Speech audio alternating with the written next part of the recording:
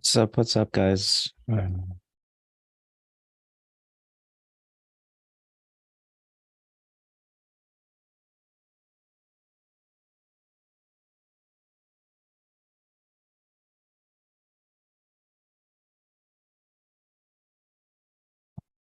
right, good morning, guys. Today is Thursday, October 19th.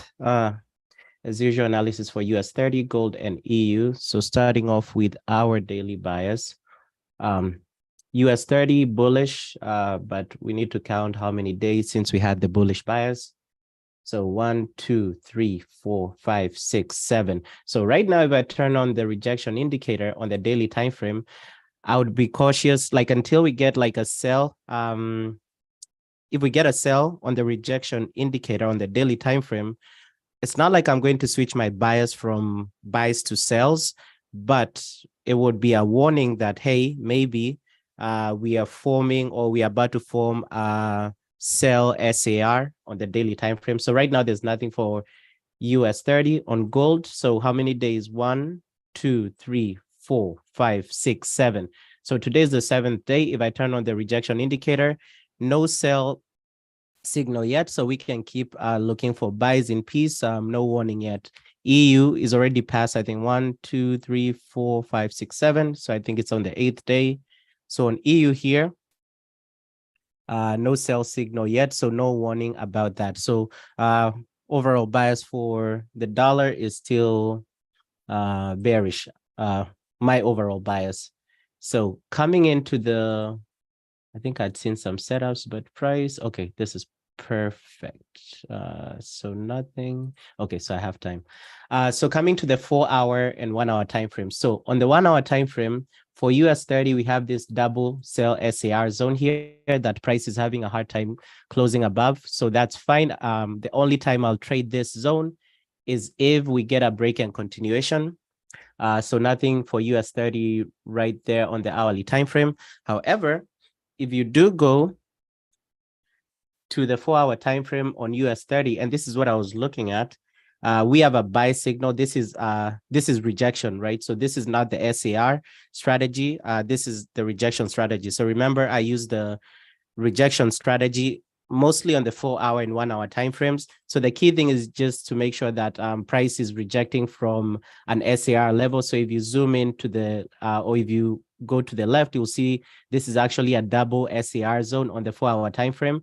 But price is actually rejecting from that zone, so from one of the SARs. So that's fine. And then we have this buy signal right here.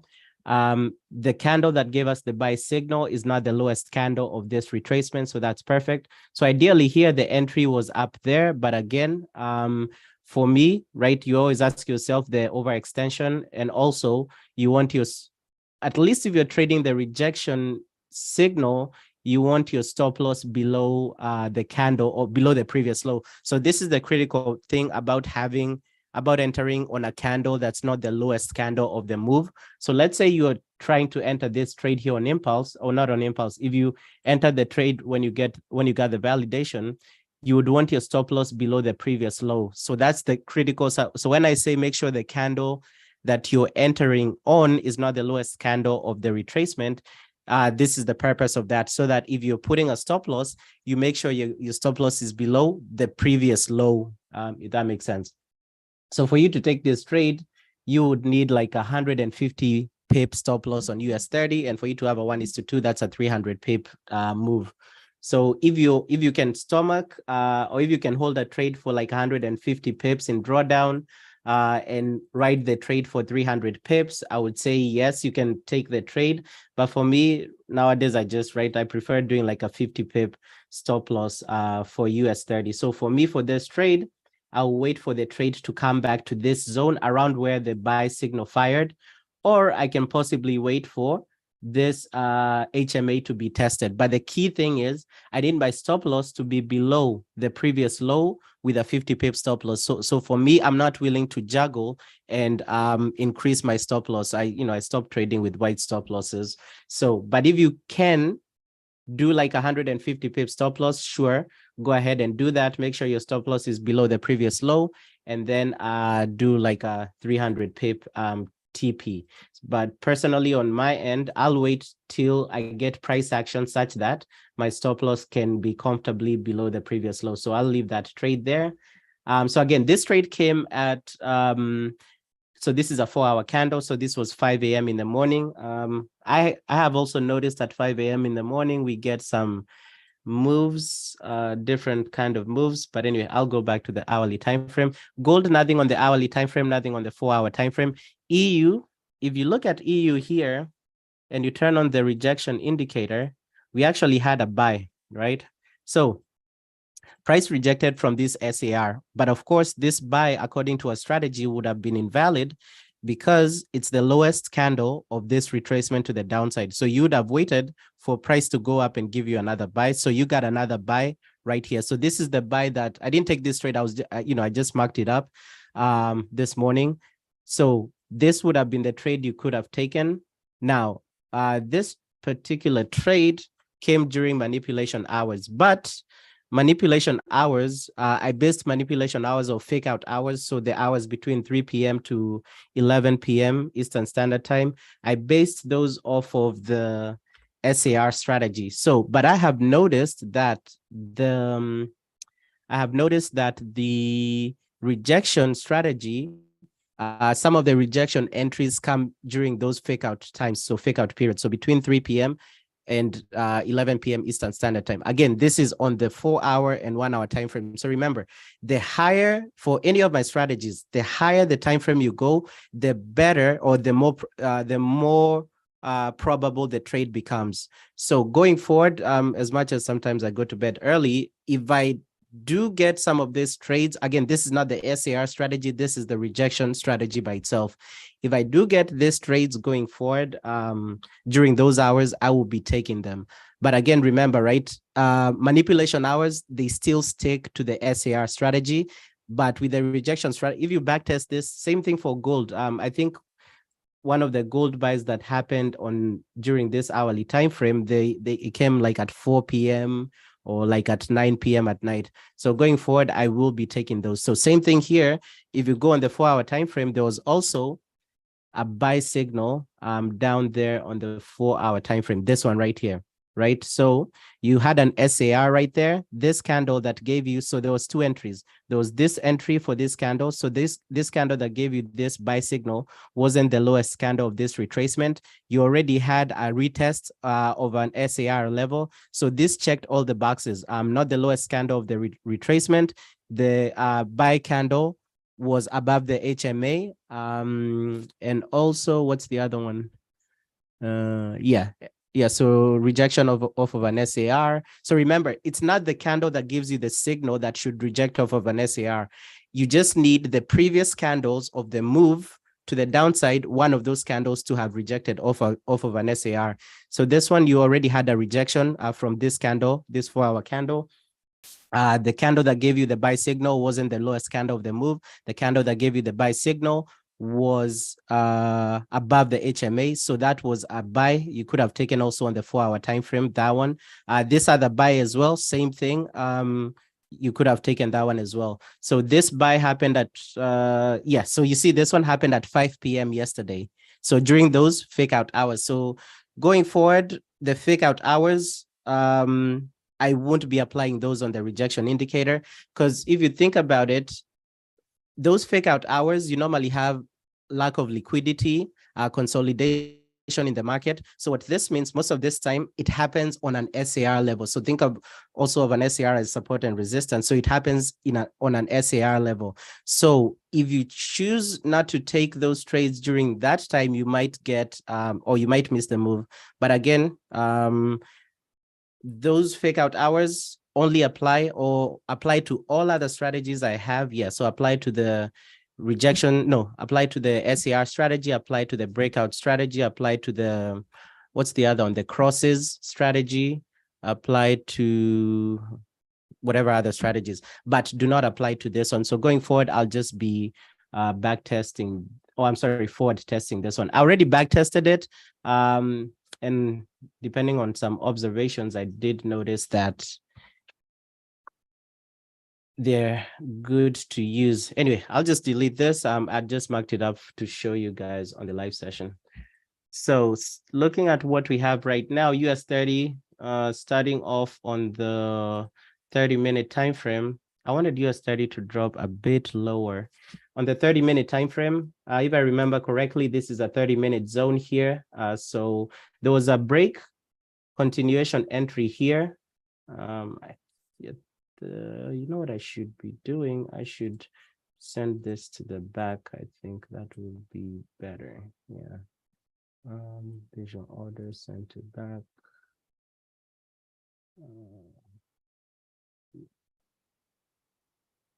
Just a second.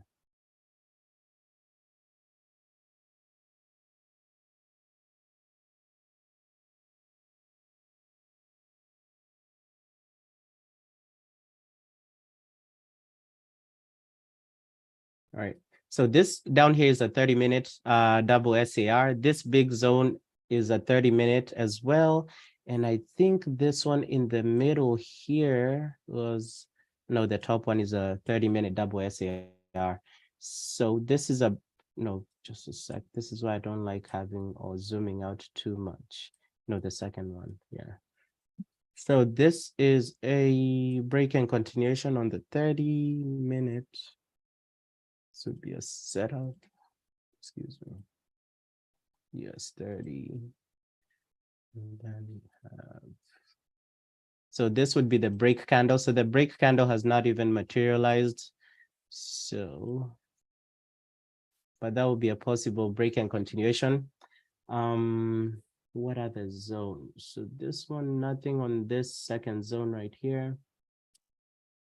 Price did not come back down for that one. So go down to, so nothing on the 30-minute. So for the 30-minute to even validate, would have to wait for 45 minutes. So that would be what time? 10:30? Yeah, that would be a 10:30 move.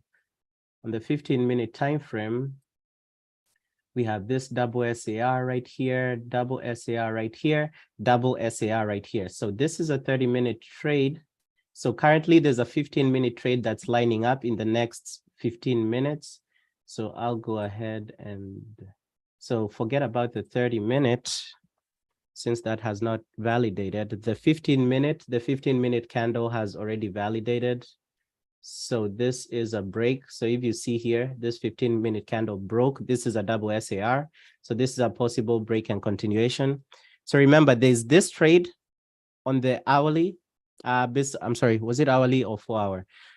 4 hour based off of the rejection. So if US 30 drops all the way back down here around 33,559, there is a buy zone around there. So if US 30 comes down here, what I'll do, I'll go to the 1-minute time frame and look for an entry there. So I know if US 30 chooses to break down, I do have entries waiting down there.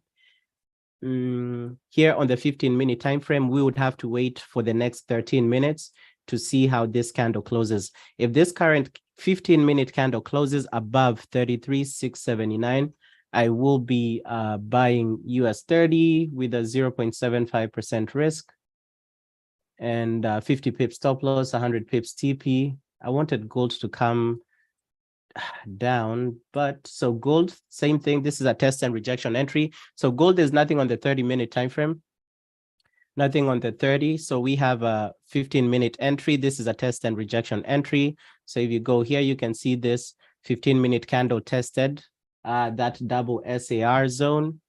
And then we would want this 15-minute candle to close.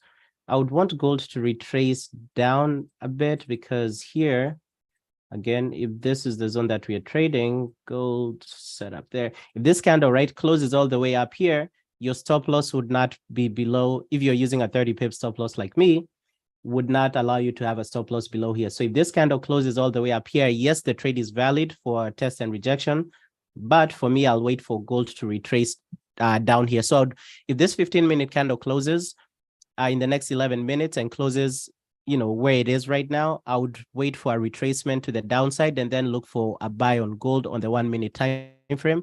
So we'll just observe what happens with that. EU, there was this zone. There's a triple. I'm trying. I don't want to change my markups as much, but this is a triple. I'll call it a double because I would have to write a new one.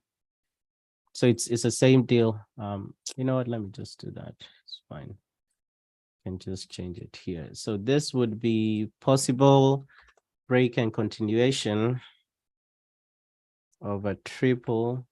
But EU has spiked up so far. So I would rather try to catch gold and not EU, given also how EU moves sometimes a bit too slow. So that's a possible, actually, this is break and continuation.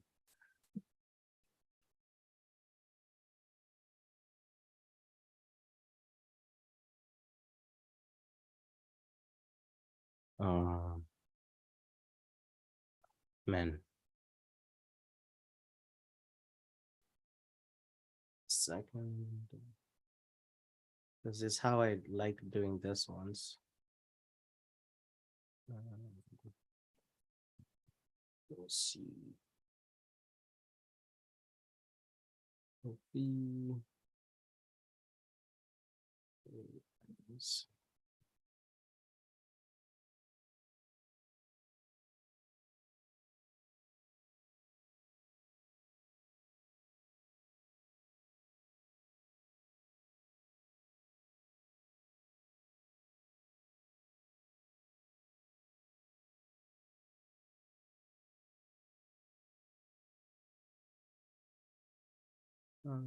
This one would be here.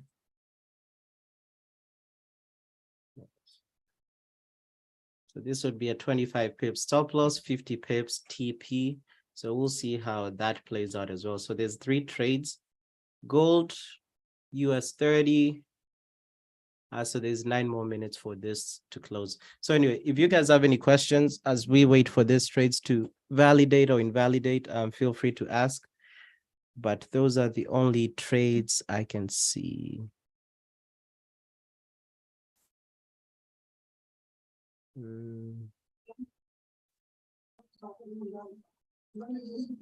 the rejection indicator on the daily, on Awanda, Pepperstone, and what's the other one? 8cap. The signals are different.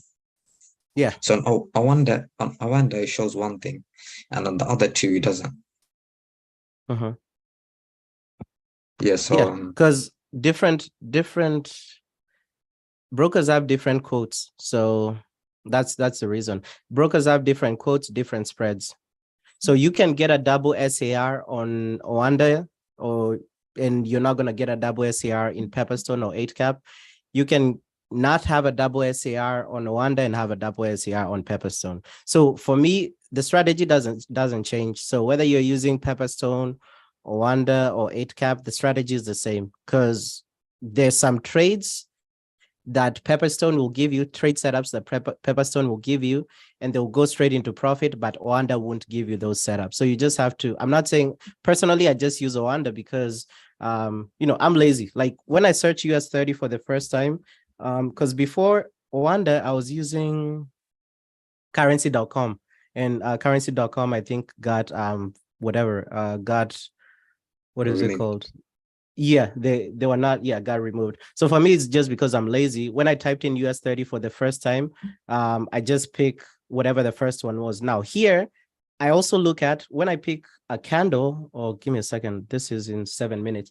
When I pick a broker, I don't want to see gaps in their candles. So there's some Oh yeah. brokers, if you pick them, you'll see some gaps in the candles. So Black Bull does not have any. Yeah, see this gaps, and also some of these gaps will be just random. So gaps should happen. Actually, you know what? In TradingView, MT4 is the one that has gaps. Because for example, if you go to the day gold gapped up, whatever, 2 Sundays ago, on MT4, you'll see a gap. But if you go to TradingView, depending on your broker, you won't see a gap. So for me, I just look at what broke. See, I don't want to see this. See Yeah. this gaps right here. So it's just my own thinking. Yeah. So it doesn't matter what broker you use, but just make sure you're not having gaps, a broker that's giving you gaps, When etc. were you trying to enter gold? Because it came back down. We are waiting for that 15-minute candle, right? So let's see. Reset chart.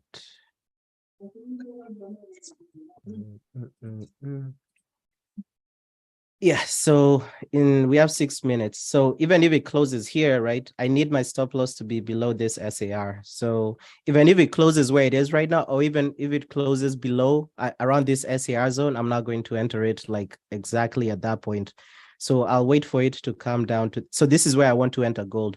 So if this 15-minute candle closes, unless it closes like where, like here, if it closes, if my stop loss starts going around this SARs, I'm not going to enter it. So the key thing is, so let's assume gold closes here. And I assume, right? Well, not assume. If gold closes anywhere above this SAR zone, whether it's here, whether it's all the way up here, the trade is valid. So my thinking is, if I have a twin or another side of me who takes every single valid trade, regardless of where the trade enters or the trade validates at, so they don't check the stop loss, but they use the 30 pip and 60 pip, etc. So what I would want is, let's assume gold closes here. So my thinking is, okay, there's probably somebody who took that trade, and I ask myself, where would this person set break even? So I mark up that zone, 1957. So if assuming gold closes up here, my thinking is that before gold gets to a 1:1 for this person, I would want gold to come for me first, tap me in, and then go into profit. But if gold does not retrace and goes to a 1:1 for somebody who took the trade, then I just delete the trade and forget about it, because that just helps me avoid FOMO, because I know that, okay, somebody who took the trade upon validation without looking at the SARs, they would already be at a 1:1, therefore they would be at break even. So I just go ahead and delete that trade. But if the trade validates here, I want it to come for me first before going into profit for this other person.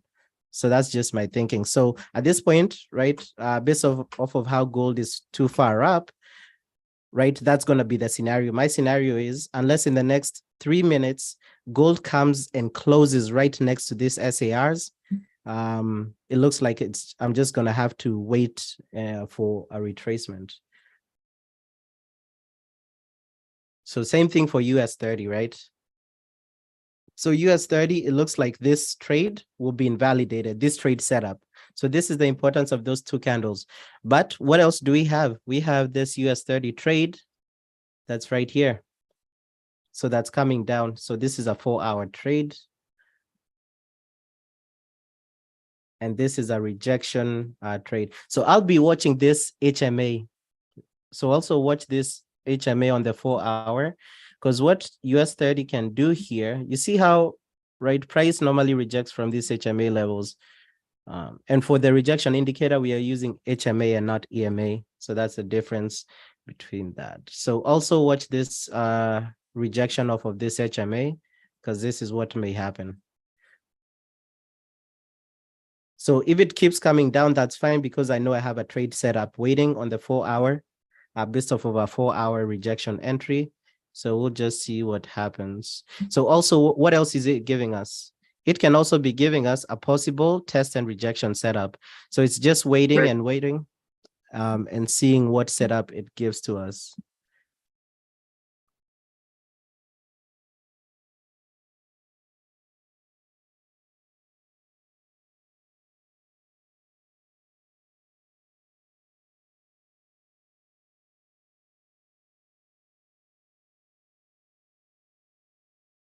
All right, so EU looks like EU will validate. However, if I was thinking about this trade, then I was thinking I'll probably trade like Steven with a 2 pip stop loss or 5 pip stop loss. The issue with EU here is that EU has already moved so far up, right? EU is not as volatile as gold, is not as volatile as US 30. So for this EU trade, you can either get stuck in it for like a few hours, as much as the stop loss is 25 pips and TP is 50 pips. But the thing with FX pairs, when you get that setup for an SAR, it can allow you to have like most of the entries for FX pairs, they give you like a entry next to the SAR. So that's what I like about them. But if you if you look at EU, the trades that already went, there was a bunch of trades this morning. This is a double SAR. So where EU was rejecting from here, all these candles, here there was a bunch of, so this is a test and rejection entry, test candle. Actually there was a bunch. Okay. So wait, what time is it? Let's first observe these trades before I go on EU. So in the next 50 minutes or 50 seconds, looks like this US 30 trade will be invalidated. Gold will be valid, however, right? So my work here is to observe. So I'm not taking, if this candle closes, it's a valid trade. But if you're going to take it, make sure your stop loss is below here. I'm not entering it. I'll wait for the trade to come back here. But if this trade, if in the next 30 minutes, 30 seconds, gold closes, that is a valid buy on gold. But the red flag is, if you're using a 30 pip stop loss like I use for gold, your stop loss won't be below here. So for me, yes, the trade is valid. So I'm going to change this because I don't think it's going to spike down in the last 10 seconds. So that's a valid trade. So let's see what happened. Now, again, you don't have to take every trade that I trade. My work is just to show you red flags and to show you like what I consider, valid or invalid or red flag kind of trade. So trade is valid, but for me, so now my work is for the person who hopped in to this trade, if there's anybody who opted into this trade, my work is to now think, okay, for this person, at what point would they set break even? So this is at this point right here. So what I do, I go ahead and mark up this zone. I go ahead. So the trade is a red flag for me. It's a valid trade, but it's a red flag for me. But in order to avoid myself FOMOing, I go ahead and mark up that zone. So if gold hits 1957.5, I know that the person who took the trade that was valid would be at a 1:1 risk to reward. And at that point, they would have set break even. So if gold hits this zone, so my prayer, again, if not my prayer, my hope or my anticipation is, and again, if somebody is in gold buys, I hope it goes into profit for you. But for me, who's not in the trade, yes, the trade was valid. My anticipation is that I would want for gold to come back down here. And then if gold comes in this zone, I'll go down to the 1 minute and look for an entry there. So I want for gold to come here first before going here, if that makes sense. So I would want to see a retracement on gold first before a pump. So I'm still bullish on gold. It's just a game of probabilities. If I see a red flag in a trade, I told you guys like this week, even though there's one red flag in a trade, I'm not taking the trade. I don't need to trade just for the sake of feeling like I need to trade. But for people who are in buys right now, anybody who took the buy right there on when it validated, right? You ask yourself, what do the wicks tell you? So you can see this wicks to the top. So this wicks show you that there are buyers sitting here. So I don't think gold will retrace back. The probability of gold retracing, I do hope it retraces for me, but seeing this buyer sitting here, there's just some heavy buying that's happening there. But anyway, let's see if it comes back down. If it comes back down, I will take the trade on the 1 minute time frame. US 30. So US 30, the break and continuation invalidated. So if I go ahead and replay this, again, you look at zone by zone. So the zone I'm looking at is this zone up here. So my mind is able to filter out all these other zones. If your mind cannot do that, just mark up one zone at a time. Don't have multiple zones marked up on your chart. But for me, I'm able to zoom in subconsciously on the zone I'm looking at. So this zone right here, this was a break candle because this was a double SAR. So we needed the next 15-minute candle to close above there. So when we replay that, you can see why the trade was invalidated, because the continuation candle at almost close above it, but you can see right close in between that zone. So that's why that trade was invalidated. So this is again the importance of waiting for two candle closures. So at that point, that trade is invalidated. So we can have another either test and rejection. So this candle can give us a test entry, or there's this other double SAR in here that the previous 15-minute candle tested, but we'll see where US 30 goes. Now, if US 30 is coming down here, what am I looking at? Remember, we have that trade on the 4-hour time frame, right? So I don't care if US 30 wants to come down. There's also a EU trade on the 1-hour time frame. This is a break and continuation entry right here. Do this. So let me turn off the reject. I don't like having a lot of indicators on my chart. This is a break and continuation entry for EU, actually.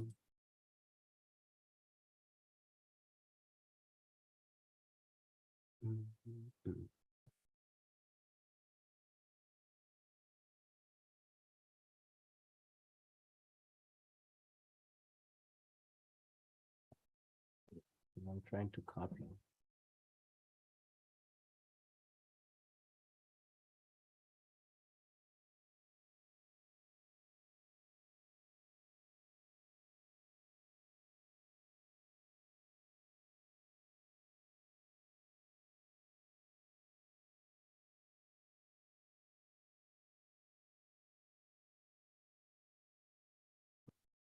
All right, so this is a buy on EU right there. I want to see how far the 25 pip stop loss goes.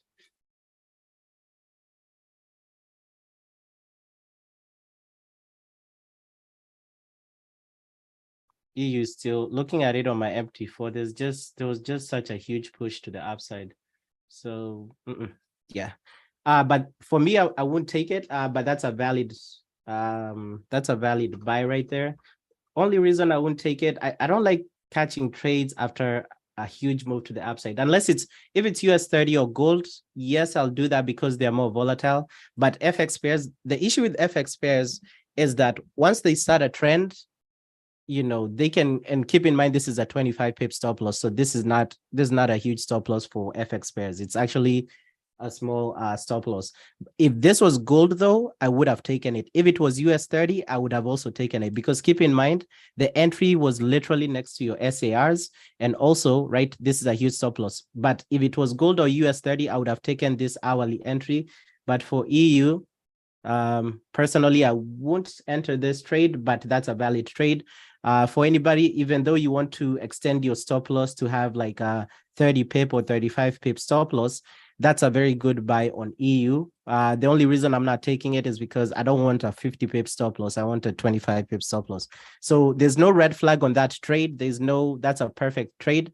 For me, the reason I'm taking it is because I don't want to extend my stop loss, because if I extend my stop loss, then I need to extend my my TP as well. But if I want to take this, if I really want to take this trade, you know what I would do? I would put my stop loss below this previous low, which would give me a 10 pip stop, and maybe a 20 pip TP. But Steven is the one who's good at that. Anyway, I'm not going to try things that I don't even know how to do. But just watch EU. If you want to do like a 10 pip stop, feel free to do that. But for me, I'll just rather stick to this trades that US 30 and gold are giving. So I want gold. Yes. So whatever gold is doing right now, that's exactly what I wanted. So you can see again the importance of watching for red flags, because for somebody who took it, as much as the trade was valid, you can see you'd be almost at your stop loss getting hit there. So I'll wait for gold here, and then I'll go down to the 1 minute time frame and get an entry on gold down there.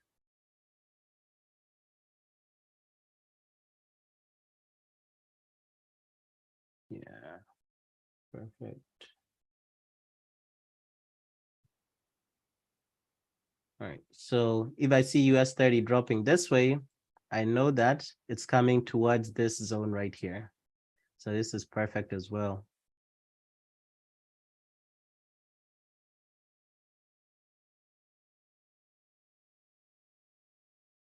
So US 30, watch for 33,559 area. Personally, I'll go down. So this is a rejection entry by itself. It's not an SAR entry. So there's two ways you can do this. You can, if this HMA gets tested, you can enter in, you can, fill in your order, or you can use the SAR on the 1 minute time frame to enter. So again, entering in on impulse is less safer than waiting for a confluence. So if US 30 gets to 33,559, I recommend finding another confluence to enter the trade. So one thing you can do here, since this is the rejection entry by itself, this is not the SAR entry. This is not the SAR strategy. Since this is the rejection entry by itself, you can go down to the 1 minute and look for, and we'll do that. You can go down to the 1 minute and look for a 1 minute rejection buy signal, or you can go down to the 1 minute and look for a live SAR on the 1 minute time frame. But since this is based off of the rejection strategy, what I'll do, I'll go down to the 1 minute and look for a, actually, let's do that right now. So I don't need the SAR since this is the rejection strategy by itself. So I'll go down to the 1 minute. So I would want, what's that zone? So keep in mind, you want price to come back around that zone. So the zone where you got the buy. So the HMA 33,558, 33,545. So I'll mark up that zone. So the 4 hour HMA is 558 to 545. So this is that 4 hour zone. So on the 4 hour time frame, the HMA is around 33,558. The area or the low of the candle that gave us the buy signal is 33,545. So I would like US 30 to come down in this zone and give us a buy signal here. So I'll mark this up this way.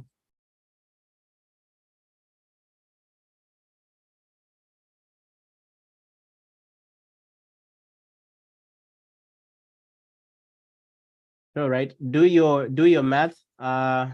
So that retracement US 30 gave us 33,683 to 33,576. That's 120 pip retracement. So do your math. For me, I'm just trying to look for, right, that nice entry. So that's why I have this zone down here. So I would want US 30 to come back down here.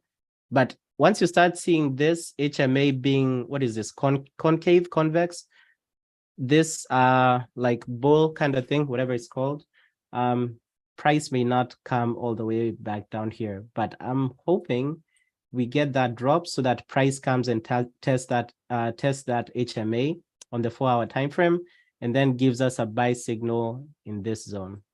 So again, this is not the SAR entry, this is a rejection entry. So still waiting on gold.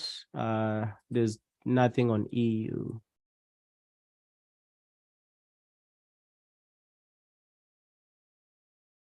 Possible break and continuation. Yeah, so this one would still be waiting for it. So the break candle already worked out. So this is the continuation candle that's currently going. That's a 30-minute. Is it a 30-minute? Nope, that's a 15-minute. So maybe it actually went, yeah. So that was this. So this switched from possible break and continuation to an actual break and continuation. So that would be a break and continuation entry on EU on the 15-minute time frame. So again, no, I'm not in this one, but that's the setup that went on there. I can leave it on, but I just don't like leaving. When I put a markup on a chart, I want it to be of a trade I'm taking. So that's why if you guys want me to leave it on, I can. For purposes of learning, I guess we can leave it on. But just know that I'm not in this trade. So I'll always tell you guys I'm buying this based off of this risk and based off of I want this thing to come back down. I don't know if it's going to reach all the way there. So the key thing is this HMA. And also keep in mind the HMAs are lagging, so this can keep switching to the upside, right? So you just have to do your statistics or probability. For me, I'm just waiting for it down here, like around 560. But just do whatever works for you. But I need US 30. I would want to see it come back down here, but I'm not sure if we're gonna get that.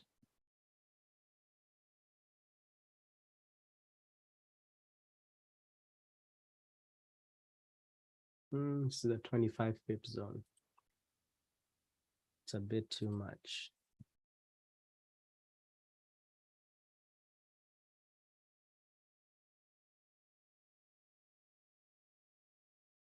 All right, so let me go back then to the, if it wants to go up, I don't know if anybody entered. So this, you could have taken this buy right here, this buy right here too, but for me, I haven't taken that US 30 trade. All right, so for the 30-minute, let me go back to, unless it goes back down there, I don't think US 30 will go back down to that zone. So here,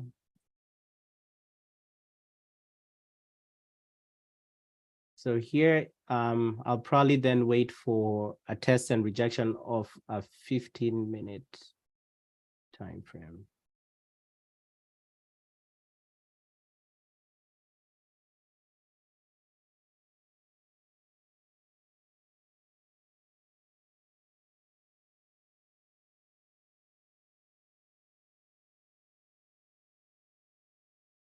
So if I miss out, if US, I don't think it's going to come back down there. If anybody took it, good for you. But for me, I am still not, I would want to see it come back and tap me in here, because you can see where my 1-minute entry is. But unless it does that, I don't see US 30 coming back down there. But if it doesn't, you can see what's happening on the 15-minute time frame. On the 15-minute time frame, we've already gotten a test. Wait, give me 1 second. I forgot. This other system I always have running. Okay, wait, let me stop this. That's good. On the 15-minute time frame, the previous 15-minute candle relative to this double SAR, that's a test candle. So it's tested and closed above it. So for me to take this setup that I've marked up, in the next 14 minutes, I need this 15-minute candle to close above 33,632. And if that happens, I will be buying US 30 again with 50 pips stop loss, 100 pips TP. So I'm hoping I come and get tapped in on this 1-minute time frame. So this setup, but if not, then I know I have a 15-minute trade that is lining up in 14 minutes. So gold is also coming back down slowly but surely. So you can see for this trade, right? You take it as much as this was valid, the red flag overextension, you would have automatically gotten stopped out of that trade. So even though gold comes down here and I enter on the 1 minute and I get stopped out, I won't feel bad about it. But if I had taken this trade here just for the sake of trading, I would have felt bad getting stopped out, because I would have asked myself, was there a red flag for that trade? And then I know there was a red flag of overextension. So I would have felt bad about that. But if I take this trade here and I get stopped out, I won't feel bad. I'll just be like, okay, I followed my rules. I tried to be as safe as I could, but maybe next time I wait for a retracement. But there's instances where you could have taken, where this trade could have gone the opposite. There's instances, and we've seen it on the live session, where you take this trade and it goes straight into full TP. So you just have to weigh the pros and cons and see the probability and your appetite for risk. To be honest, for me, I'm not a risky trader.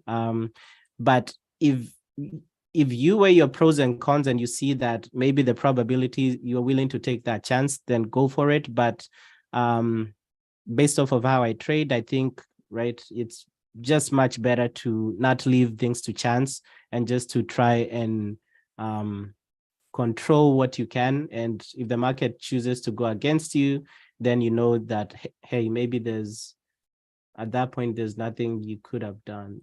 So I'll go back to this. I'll go back to the 1 minute time frame.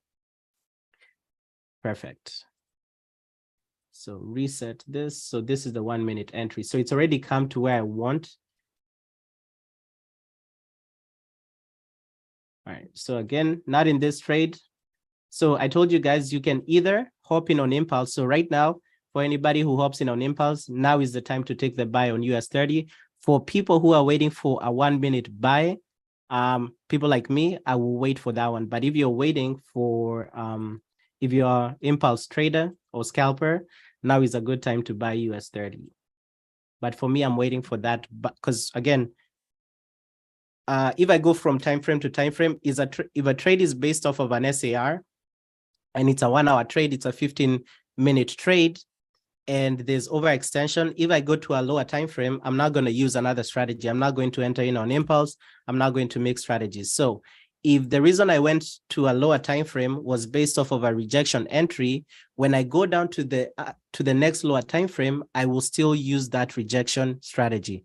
If the trade on the 4 hour, on the 1 hour time frame was based off of an SAR strategy, if I go down to a lower time frame for entry, I will still use the SAR strategy. That's just personally how I do it. But right, for scalpers, when I told you on impulse, that was as soon as it touched that, because if we go down to the 4 hour, I'm just trying to accommodate, because I know there's different kinds of traders. There's scalpers, there's swing traders. But for scalpers, right, I said, if it touches that zone, touches the HMA on the 4 hour, that's an instant buy for people who enter instantly. So if you entered instantly, you should be in profit. For me, I'm waiting for that buy signal. I may not get it, but that's fine. I don't have to catch every trade as well. So if you're already in the trade, so same thing. If you took it on impulse, if you're a scalper, that was a quick 20 pips. But just make sure if you're still holding for like a 1:2 using a 50 pip stop loss, 100 pip TP, just make sure if you get to like a 1:1 risk to reward, you go ahead and set break even.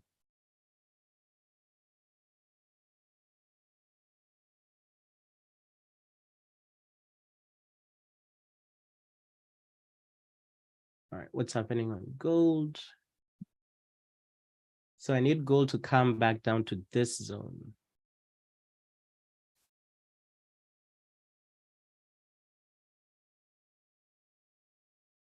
You would still be a little bit in and out of profit. Also keep in mind, right, this zone down here is also a double SAR on the 4 hour time frame. So if you go on the 4 hour time frame and zoom out, you'll see that that's a double SAR. So this is also forming for us a test and rejection entry on the 4 hour time frame. But to enter this trade, you would wait for another 6 hours. So anyway, for instant traders, for people who took it on impulse, that you'd be in profit. For me, I'm waiting for that buy on the 1 minute time frame, because keep in mind, the reason we went down to the 1 minute time frame for this one is based off of this rejection entry that came up here. So for me personally, I'm waiting for the 1 minute buy right there. Oh, what's up, Steven? I didn't even see you there. What are you looking at for EU today? Dude, it's kind of just chopping around. I was looking at sells, but it's just been moving up this whole time since I woke up. Yeah, I wouldn't be surprised if we take yesterday's high at this point. Yeah, I wanted to catch one of this with like a 5 pip stop, but I was like, let me not try things I don't know. Yeah, I'd wait for more confirmation. Yeah, plus the move up is too much.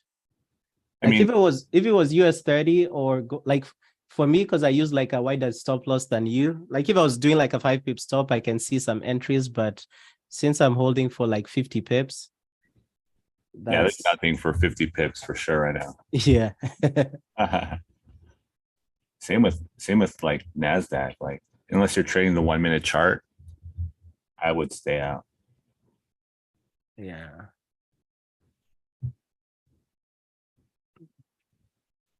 Plus we got what's that, Powell in 2 hours. I don't know if that's gonna do anything or not, but Oh yeah, he's talking today, right?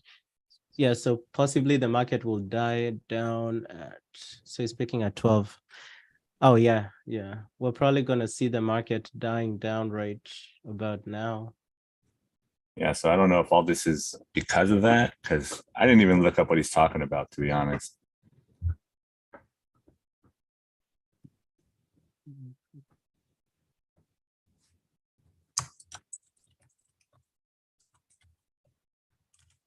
To set up Fed decision. Oh, it's like one of those clubs or whatever forums they have.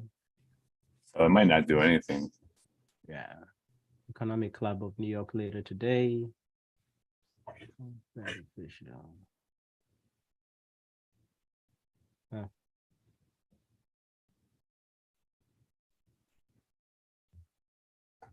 So this is perfect. I want to see this high lows being created in this area right here.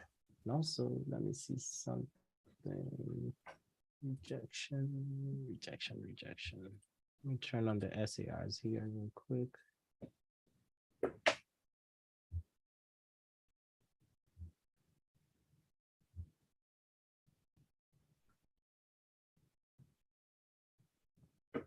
Come on, gold. I need gold to come down here to 1950.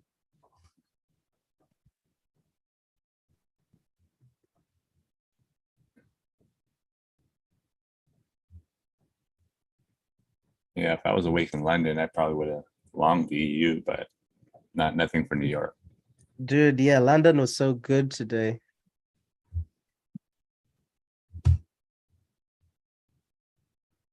Come on, US 30. I don't want it to pump just yet.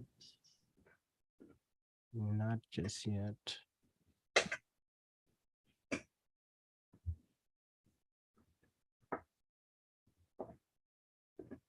I don't know if anybody here on the call took that US 30 at the bottom. But if you did, you should be running pretty nice.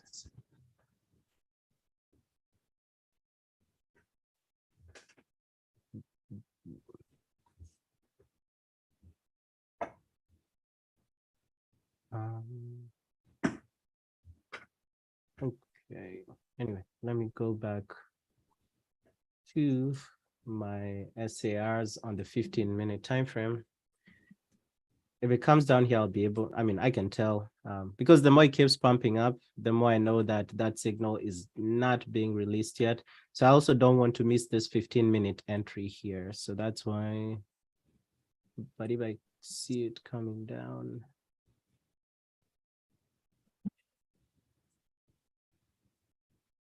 gold is playing too much.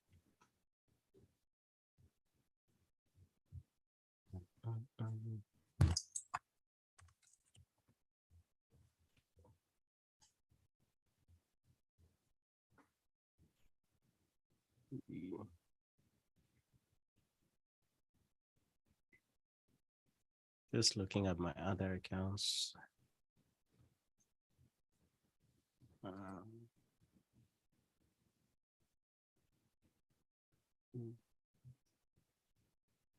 All right. Yeah, now if you guys have any questions, now is the time to ask them. If there's any strategy you don't understand, now is the perfect time because there's really nothing happening. One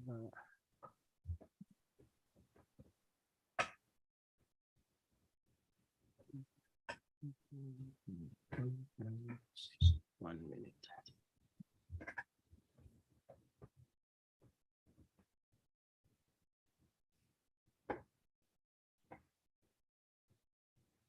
Yeah, liquidity is out of the market, man. This is the 1 minute time frame and candles are dying. There's not a lot of liquidity going on. Yeah, we haven't even moved in the last, I don't even know Yeah. how long.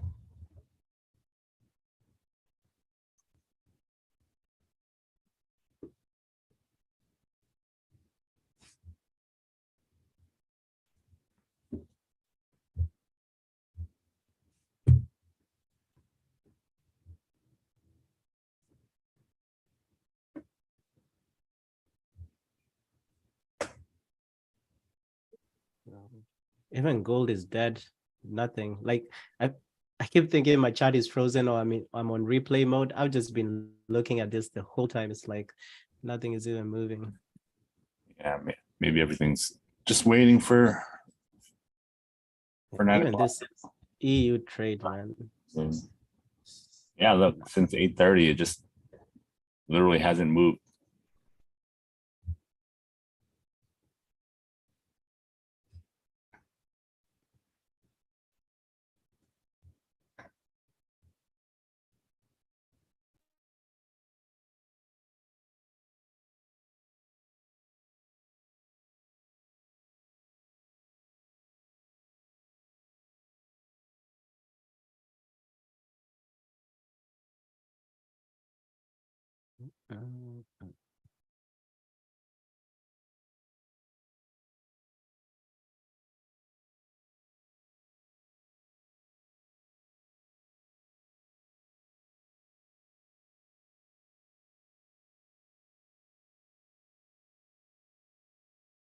Let me extend this SARs that price rejected from.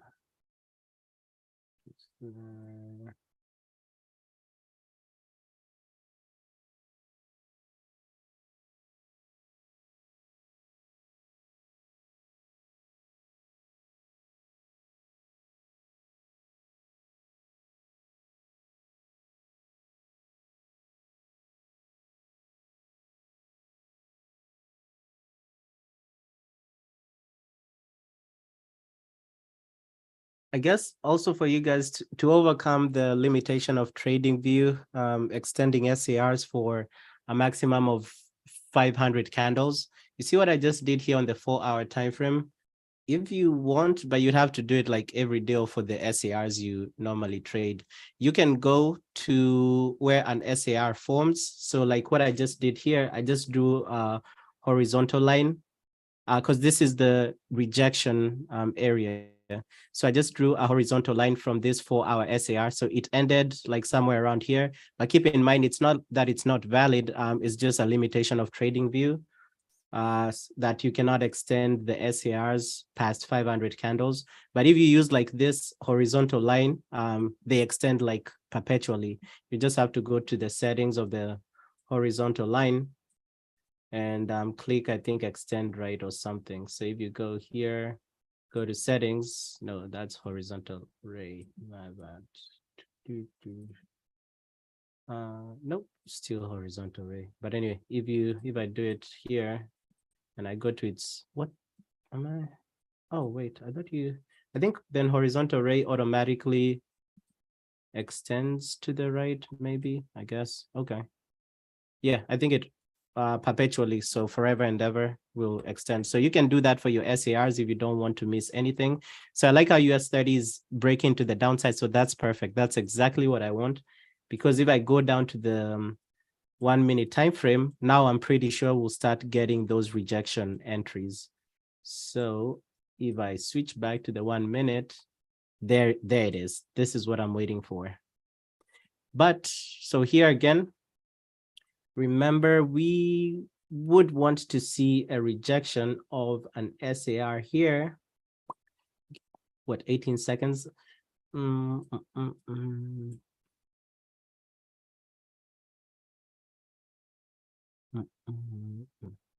So compared, so I know we had the same setup yesterday. So here, red flag with this one, there's no, price is not rejecting off of any SAR. So I would want to see even a 1 minute SAR. So I'm still gonna hold off on this. I'm still gonna hold off on this because we want to see rejection of an SAR. So this was good. The only red flag was, so it wasn't the lowest candle of the move, but for me, I would want to see like a 1 minute SAR somewhere here. So it is what I was waiting for, but you see, compared to here, this buys or the buys that had fired, like for example, this buy right here, it was coming off of an SAR level, right? So that's the validity of one of the requirements of the rejection entry. You need for price to have bounced off of an SAR. So here, yes, that's the buy I was waiting for, but you can see there's no 1 minute SARs here. So it's just, we just have to be patient. Because even if it continues coming down here, there's nothing, there's no SAR here. There's probably some in the past, but I would have to zoom too far out. So unfortunately, again, personally, I wouldn't take it. I would want to see it bouncing off of an SAR because again, you don't want to skip any rules. If I turn this off, and I'd actually forgotten about that. If I turn this off, let me put in those requirements right here.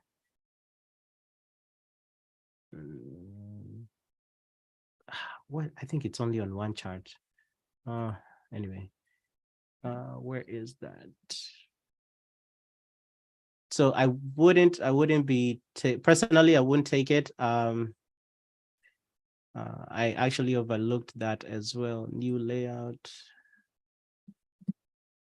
My God.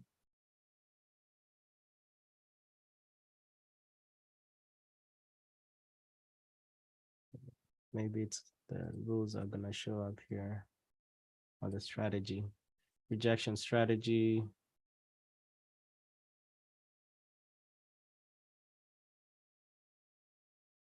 Right. So regardless of the time frame, you need, where is that rule? I think it's in rule number 3.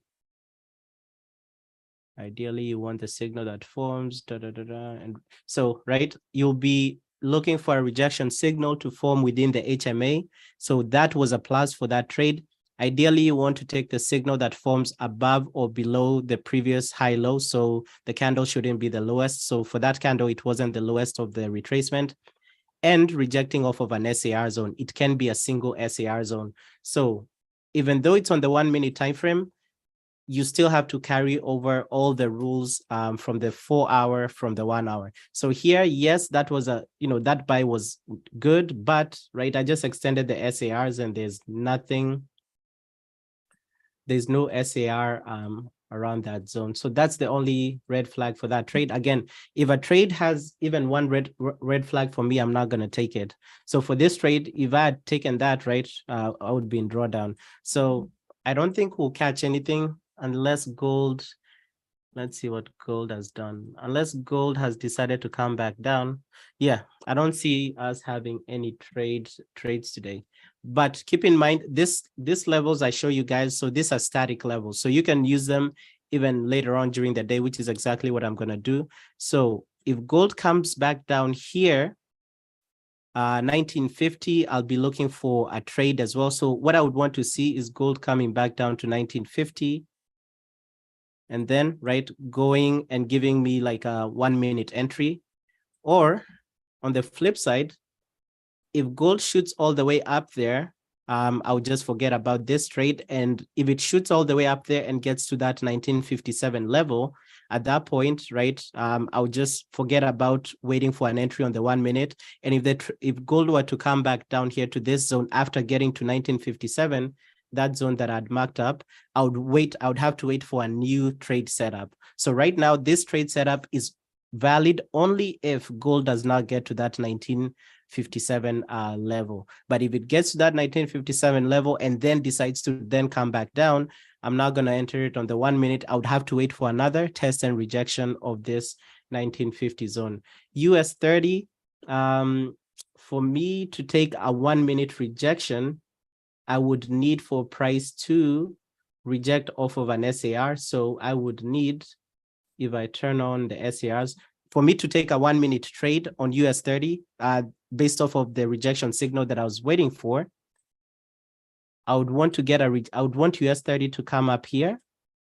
You see this, the nearest SAR, the next SAR US 30 can reject from is at 19, is at, what is it? 33.55. So it's still actually in the same zone. So it's literally in the zone that I was waiting. I mean, I can hang on for a couple of more minutes, but it's the last SAR or the next SAR US 30 can give us that rejection signal from is literally in the same zone I'd marked up. So this zone was based off of the 4-hour HMA and also based off of the low of the candle, the 4-hour candle that gave us the buy signal, right? So that's this zone that I marked up here. So this zone is the one that I just carried over to the 1 minute. So for me, what I would want to do, and I can hang on.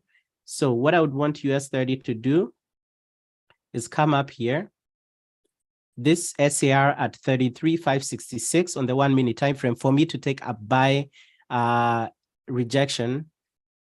And I would want to get up that buy around this area. And that's the trade that I've been waiting for this whole morning. So that's the one that I'll take. But these ones that are down here is just red flags. It's not rejecting off of anything, which means there's nothing holding price up. So remember, think of the rejection signals as momentum signal. I might actually even rename it to momentum. Think of it as momentum signal. So you'd want, if you're getting momentum, you'd want, if you want to buy, you'd want to see momentum. Let me just use rejection for now. You want to see rejection off of a buy SAR. If you're looking to sell, you'd want to see rejection off of a sell SAR. But if here price is not rejecting from anything that we can see directly right now, it's just a red flag, which means US 30 can keep pushing to the downside.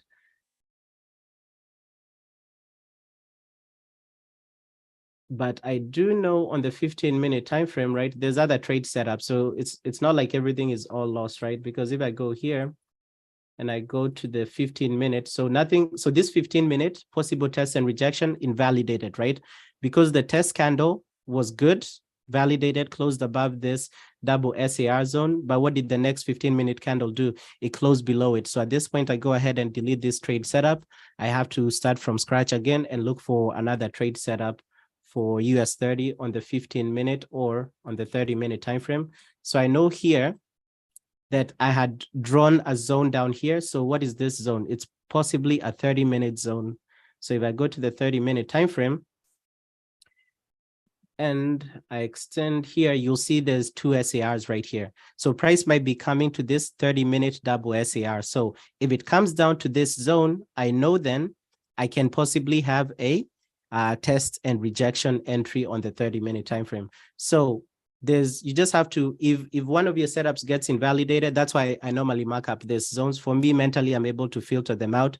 So I know that if US 30 gets to 33,470 or 440 area, I just have to wait for a test and rejection. If it breaks below it, that's fine as well. It on the way back up, it can give me a break and continuation entry, but I don't see anything else. Okay, wait, there's gold. So gold right now, I'll go down to the 1 minute time frame. So gold has reached my 1950 area, right? So this is my buy area based off of this trade right here that was overextended for me. So gold has already reached my buy area. Now, what was this trade based on? It was based off of SARs. So what do I do if I'm looking for a trade on the 1 minute time frame?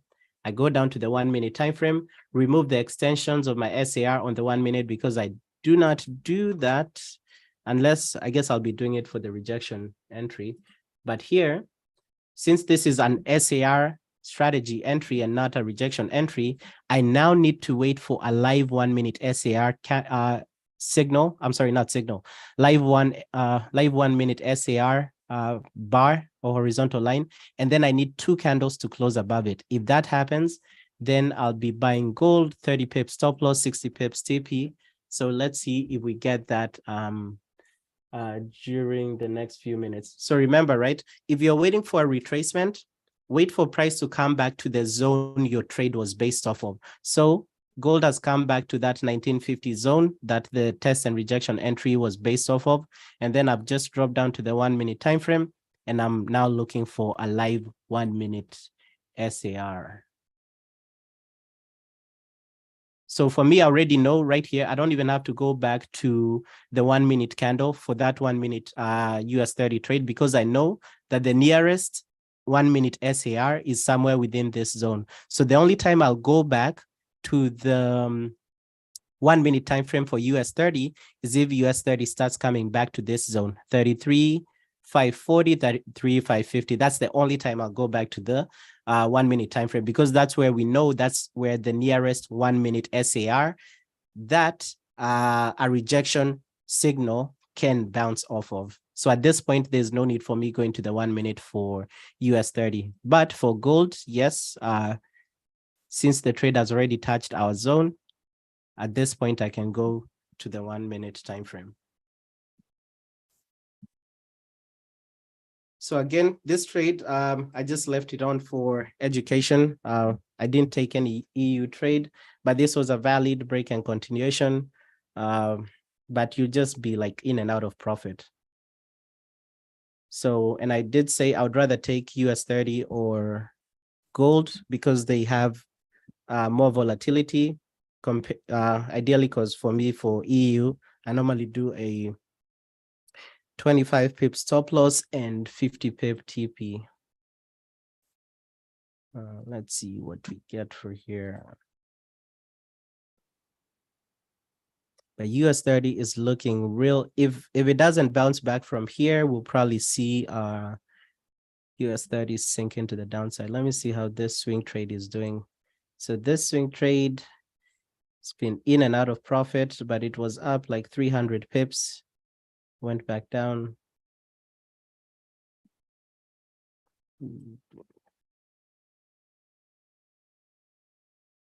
See how this, my EA is doing today. Still recovering, so this is good.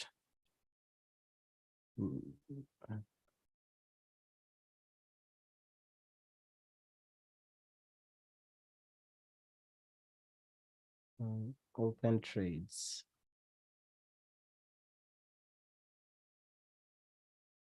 Currently 300 in drawdown now. Not bad. Anyway, just something else. So gold, I'm hoping we get that for gold. If not, because I'm not trying to stay on the live session for too long.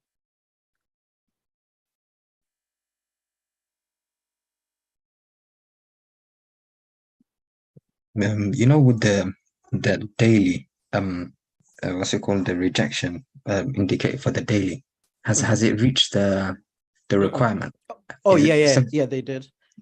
It's 7 days.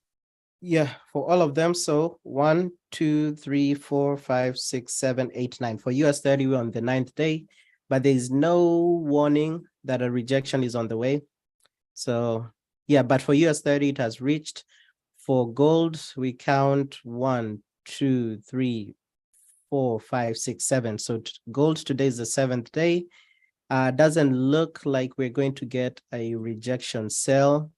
Doesn't look like it for now. So like for right now, if we do get that rejection sell, it's not that I'll stop looking for buys on US 30. Like for me, on my EA, I'll just stop buying gold only, because right now I'm only doing buys on gold. For EU, it reached the threshold 1, 2, 3, 4, 5, 6, 7. So it's 7 days after we became bullish. If I turn on the rejection, there's no sell that has formed on EU. So no warning yet that EU might be bearish.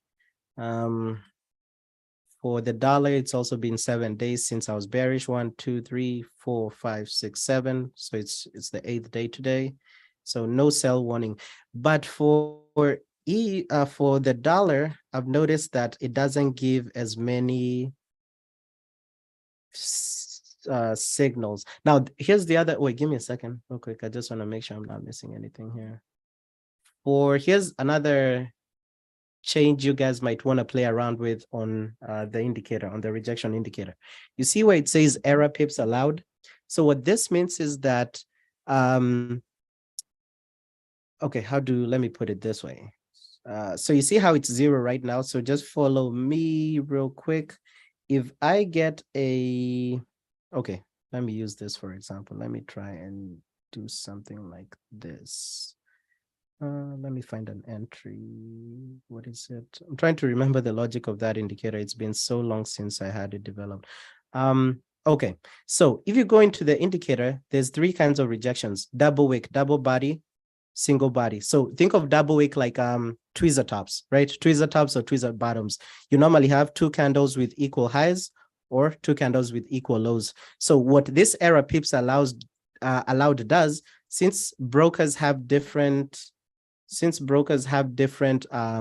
spreads, different pricing, you may find a tweezer top or tweezer bottom on one broker, but you don't see it on another broker. So that is why you have that setting in that indicator, error pips allowed. So if you put this to 0, what that will mean is that whatever broker you're using, those tweezer tops or tweezer bottoms have to be exactly equal lows or equal highs, right? But if you want a margin of error, you can put this as 1 pip or 2 pips or whatever. So what that will mean is that if you have a setup such that the second candle of the tweezer top or the tweezer bottom is just 1 pip away from being an equal high or equal low, it will still be considered a rejection, if that makes sense. So that's the purpose of this error pips allowed. So you don't want to go too high. I would say go maybe up to 2. But for me, just the default is 0, which means you want the ideal entry. You want equal highs or equal lows. You want equal bodies of the candles because, again, that's what double body is. That's what single body is.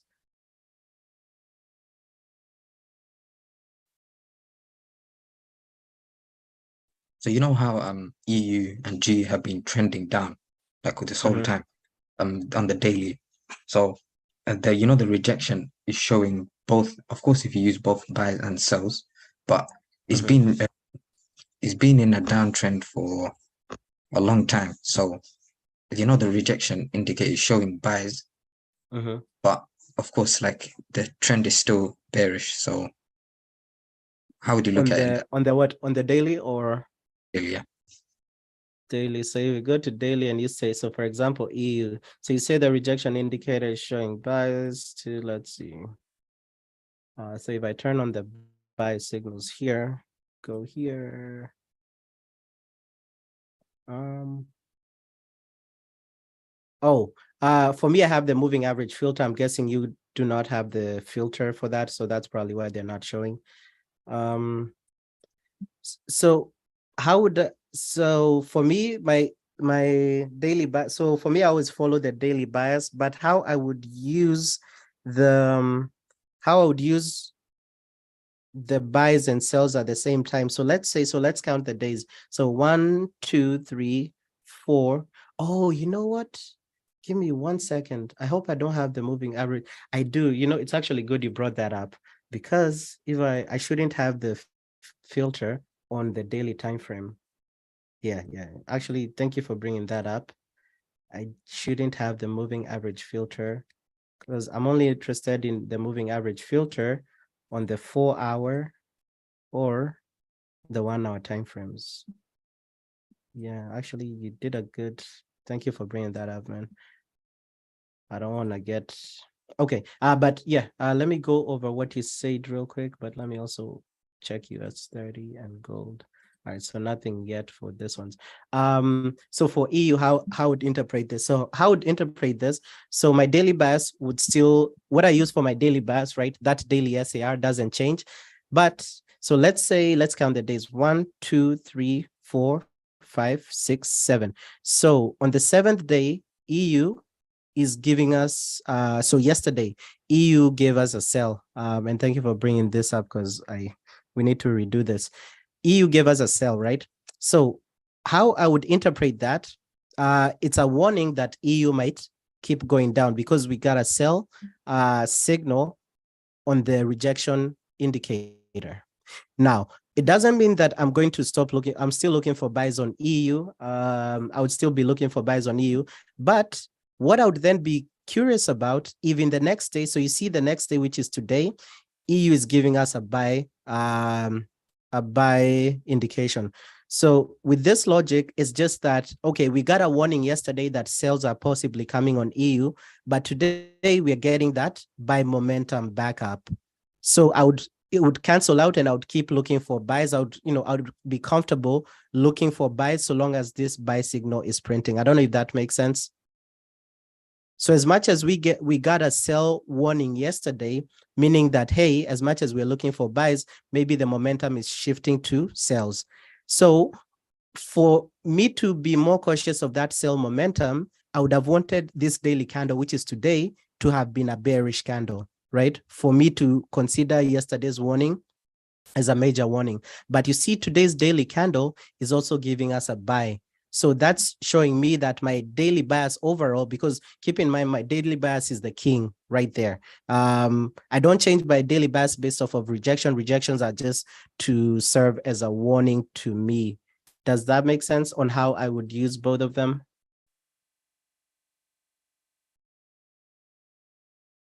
Yeah. So if it's, I know it's a warning. So let's just say it's been in a trend. So let's just say, you know how EU since let's see, since August it's been just trending down all the way, and it hasn't closed. I mean, it closed above one. What is it called? SAR.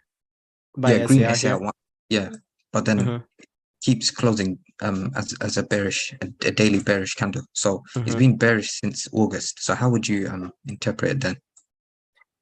So here, right, I would have kept selling here for the whole time. I was looking for sales on EU, right? Because I was riding that momentum to the downside using my daily bias, right? So so here's the thing. What do you use for your daily? Because if your daily bias is still based off of an SAR, you shouldn't be worried about sales or buys. You shouldn't be worried about the rejection indicator, if that makes sense. But if you're using the rejection indicators, okay, so what are you using for your daily bias? Is it the SAR or is it the rejection indicator? Oh, the SAR, but like you said, the rejection is the warning. The warning, yeah. So for example here, so let's assume, I don't want to miss this if it comes in. So still waiting on gold. US 30 still there's no volume in the market. So here, so I'm looking at, here's a good example. So for example, here, when this daily closed below this SAR, and let me replay this so that we go bar to bar. So here I would have still be looking for sales, right? Because my bias was sell on EU. Now I count the days 1, and by this time we didn't have the rejection indicator. So, but if we did, right, we would do the same thing, count 1, 2, 3.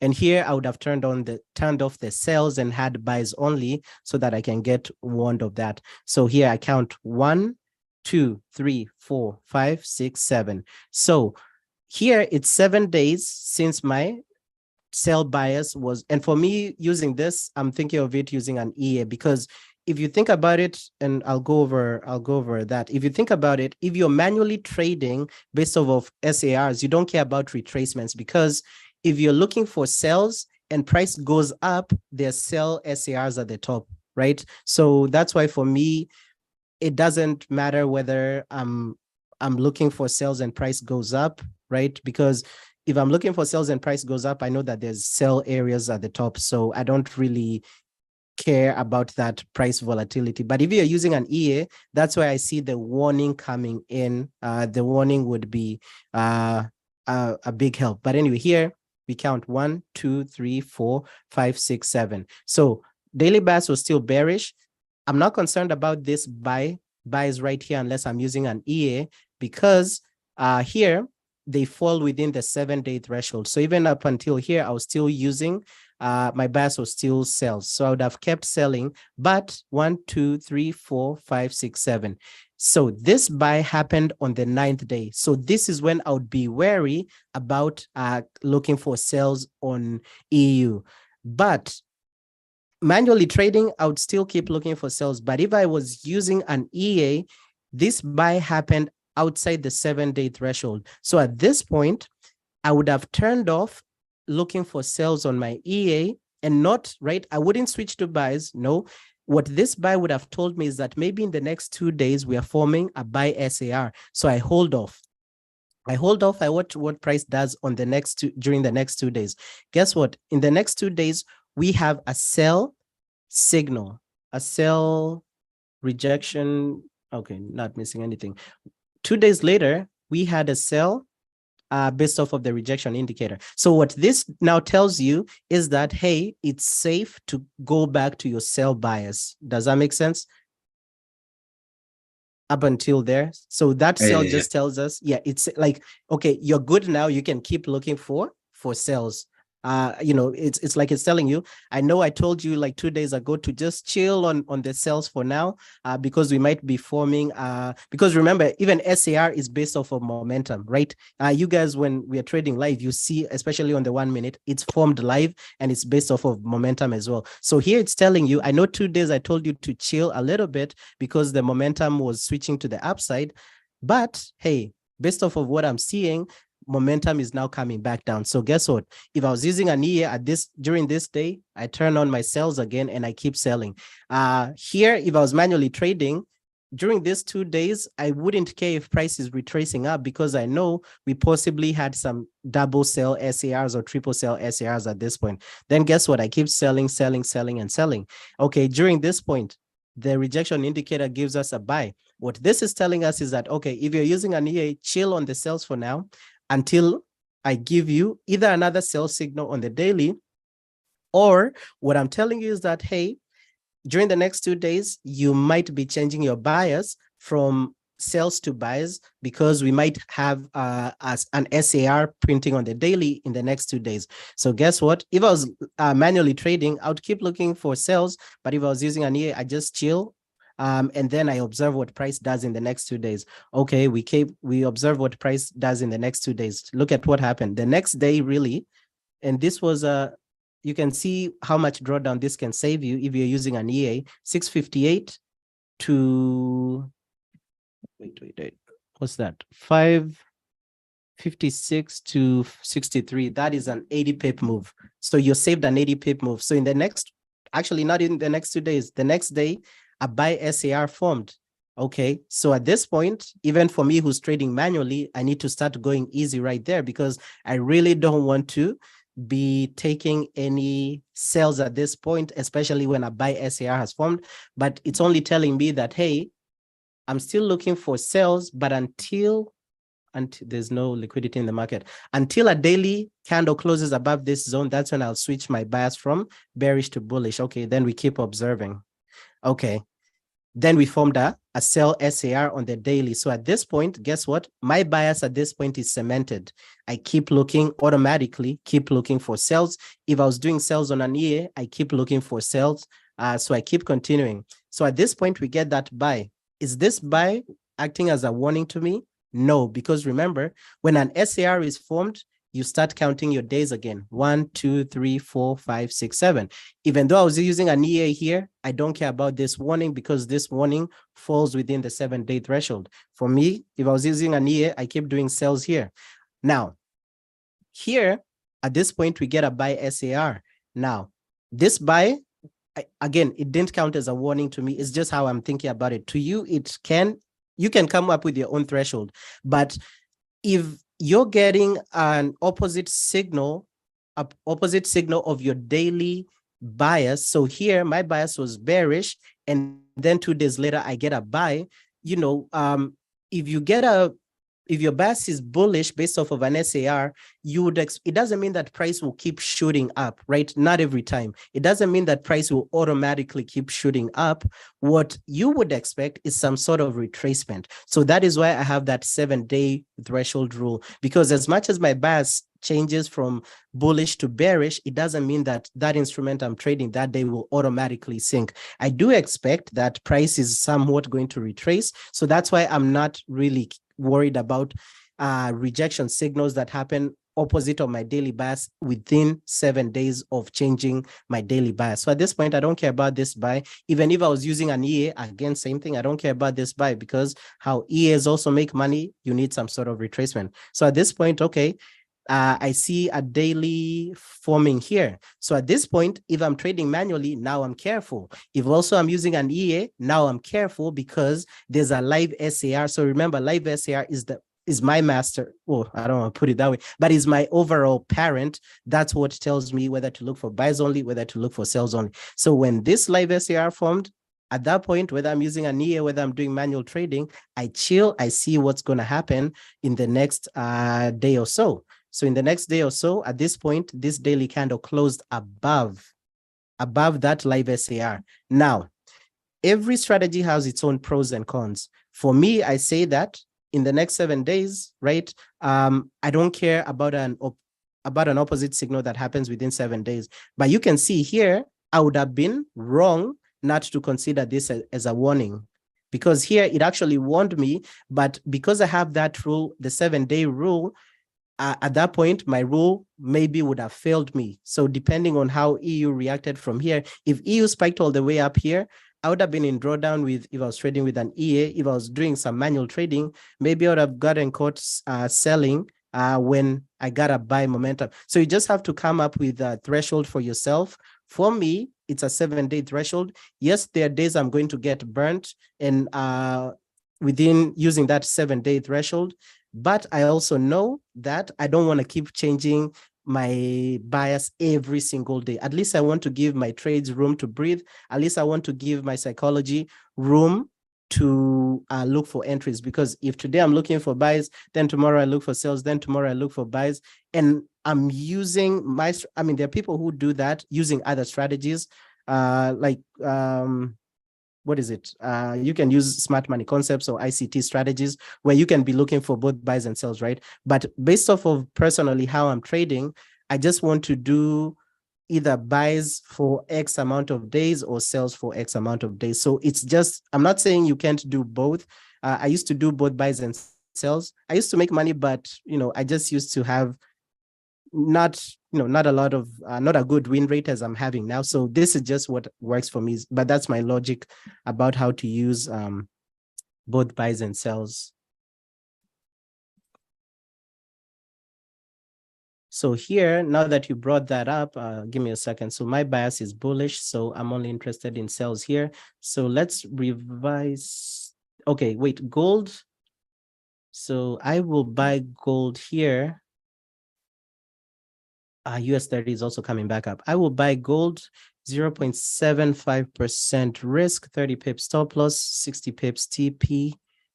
I also see US 30 is US 30. So this is what I was waiting for, right? Price came to my zone. I was waiting for a live SAR. So we'll see what that does. So I'll go back to the 15-minute time frame. This trade was based off, again, I don't like being on the 1-minute time frame. So I'll go back here. So that's the original trade. And you can see actually here, we actually had 2 trades. There was another test and rejection. I don't know if you guys can see. Was it 15-minute or was this 30-minute? Yeah. So can you guys see the other trade, test and rejection? I hope you can see it. So this one, hope you can see the candles. First candle, test candle, rejection. So there was actually an early, my bad, I missed this. And you guys need to be telling me some of these things, especially when I'm flying. So there's 2 trades. The first trade was actually down here, right? Because you can see test, rejection. So we actually had another test and rejection entry that you could have gotten a trade. I mean, the entries are not that far apart, but you could have been for this other trade, it could have been like 15 pips in profit right now. So I hope you guys can see the first trade, right? Yeah, if you guys cannot, let me know. But the trade we just took right now is in profit. US 30 also came to our zone. So at this point, I know on the 1-minute time frame, I can go down to the 1-minute time frame. Okay, perfect. Give me 1 second. What am I doing here? Rejection. So I need a buy signal to form here on US 30 for me to take. So this is what we've been, I don't know, did anybody catch any of these other buys? You'd be in profit, but for me, I'm waiting for the buy somewhere here. So for gold is in profit. Let's see if we get the US 30 trade. But hopefully you guys see the other test and rejection entry, right? Replay this. I need to restart my computer. This shit is slow.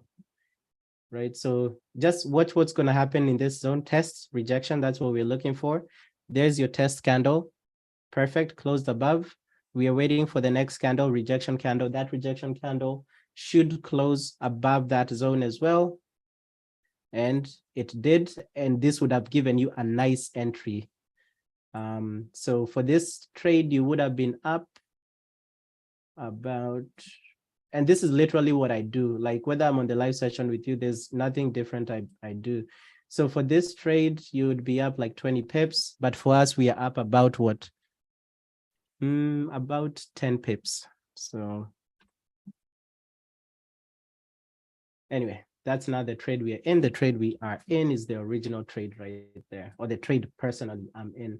US 30, I see, this is what I don't want. I don't want this heavy push up. So this is the other part, right? The pros and cons, same thing I was talking about with invest here. For me, on the 1 minute time frame, I use a filter on 1 minute, 5 minute, 15 minute, 30 minute, 1 hour, 4 hour time frames. I use a moving average filter on the rejection. I'm pretty sure if I turn off my moving average filter here, you'll see buys in that zone I'm looking at. There it is. So there's that buy right here. But what's a red flag about that buy? What requirement doesn't it satisfy? It is below the HMA. So remember, if you're buying, you'd want price to be above, your candle to be above a HMA level. If you're selling, you want the price to be below. So you can see we have all these buys right here, but some of these candles, the candles are below the HMA level. So even this one right now, this is the one I would have taken right here. But the red flag for this one was the candle was below the HMA level. So that's why, again, every strategy has its pros and cons. You can break some rules sometimes and make money. But for me, I just mentally, and that's what I've realized with myself in trading. If I break even the slightest rule, man, it doesn't matter whether it's just once I break it, it will somehow become a habit such that in the next account I have, I'll keep breaking that rule. So that's why you can see me applying like some of these filters. That's why you can see me waiting for price to come to me as opposed to just hopping in, whether it's on impulse. Sure, if we hopped in on impulse for gold, here we could have been up because this was the original impulse entry. We could have been up X amount of profit, but trade would have come to either stop loss or break even. If I took this trade here, sure, this trade I could have had, we could have had like little drawdown right here. Or if I took this one, we could have had like no drawdown and trade would almost be at full TP. But I could have broke my rule of not looking for a rejection of an SAR. So as much as we could have made money with this one, or we could have been at break even either with this trade or this trade down here, guess what that will personally, and I'm not, I know we are all different, but personally, you know what I would do? In the next setup, I would get off of a rejection entry, whether it's on the 1 hour or 4 hour, and price wasn't rejecting off of an SAR. Guess what I would do? I would go in and enter. And if I got burnt, which would be possibly likely, knowing my luck, then I would feel so bad. And then I would be like, oh my God, this strategy is probably not working. But it's not like the strategy isn't working.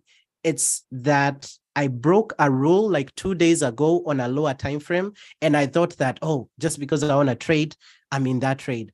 But 2 days later, 4 days later, in a much bigger trade, that psychology, because I'm thinking to myself and I'm lying to myself that, oh, you entered like this and I won that trade 2 days ago. But if I really analyze that trade from 2 days ago on the 1 minute time frame, and I'm like, I actually did not follow all my rules, and then I apply that next time on the 4 hour time frame and I get burnt, I'll be like, I'll feel so bad. But then if I were to analyze that, the source of that loss right there, I'll be like, hey, for this 1 hour trade, yes, there are some setups that the trade goes into TP, but there's also setups like today that the trade goes into loss. So you just have to find that middle ground. So for me, I call it a break-even ground. So find, if you can break a rule, backtest that, see how many times see the probabilities of you going into profit with you breaking that rule. If those probabilities are actually higher for you, I'm not going to call it breaking, not considering that little rule. If the probabilities of you being in profit are higher, sure, go ahead and take that rule off and stick to the other rules. But if you backtest and you see that if you remove that one rule in the strategies that I give you, that the probabilities lower than the probabilities of winning get much lower, hey, stick to that rule. So I call that break even, such that, okay, my mentality here is that if I don't wait for a rejection of an SAR, I'm going to win X times. But if I wait, yes, there's sometimes trades are going into profit, but there's other times that trades are going to go into losses. So I just call that break even. So for me, I would rather be break even such by following all my rules than win by breaking my rules, if that makes sense. And also here, if you're looking at it, this is the 1 minute time frame. So keep in mind, if you're waiting for a rejection and gold is almost at a 1:1, so go ahead and I'm going to set break even. I'm up 1400 right now. This is the 1 minute time frame. So the lower the time frame you go, the more the SARs that are going to be formed. So here, don't be worried so much that price is coming. You know, you're getting those buys and you really want to be in the trade. Just wait. You can see we had a live 1 minute SAR form here. So at this point, right, whether you choose to use the filter, whether you choose not to, you can see there was a bunch of buys printed down here. But for me, I'm still waiting for that buy where price is going to be above the HMA, because that is my rule right there. I would rather be buying when price is above the HMA or EMA or whatever, and selling if price is below. So for me, US 30 is still waiting, but you can see the best part about just having those requirements. So here, if your trade goes into a 1:1, which I think it has, you go ahead and set break. So at this point, you should be setting break even. So it's still not exactly at a 1:1. So let's see. So I'm up. So again, risking 0.75 per trade. So let's see how this goes. I don't know. Did anybody catch the other one that was down here? Because if you caught the other one that was down here, you should automatically be at break even because you've definitely achieved a 1:1. So I don't know if anybody caught this one, the other setup.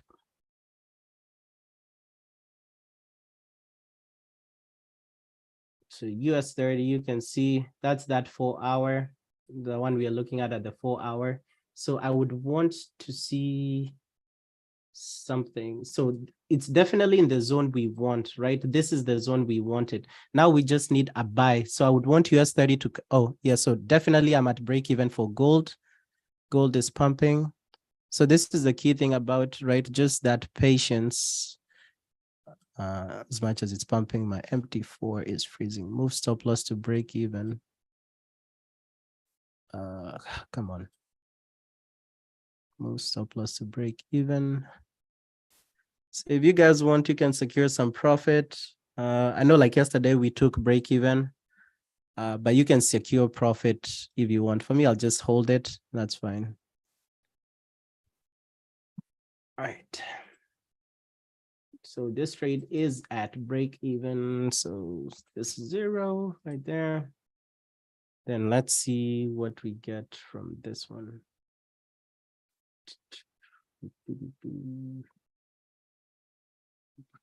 Oh, just want to delete this thing. So TP, my TP is at 1956.97. So ideally 1957. See if we get that last pump.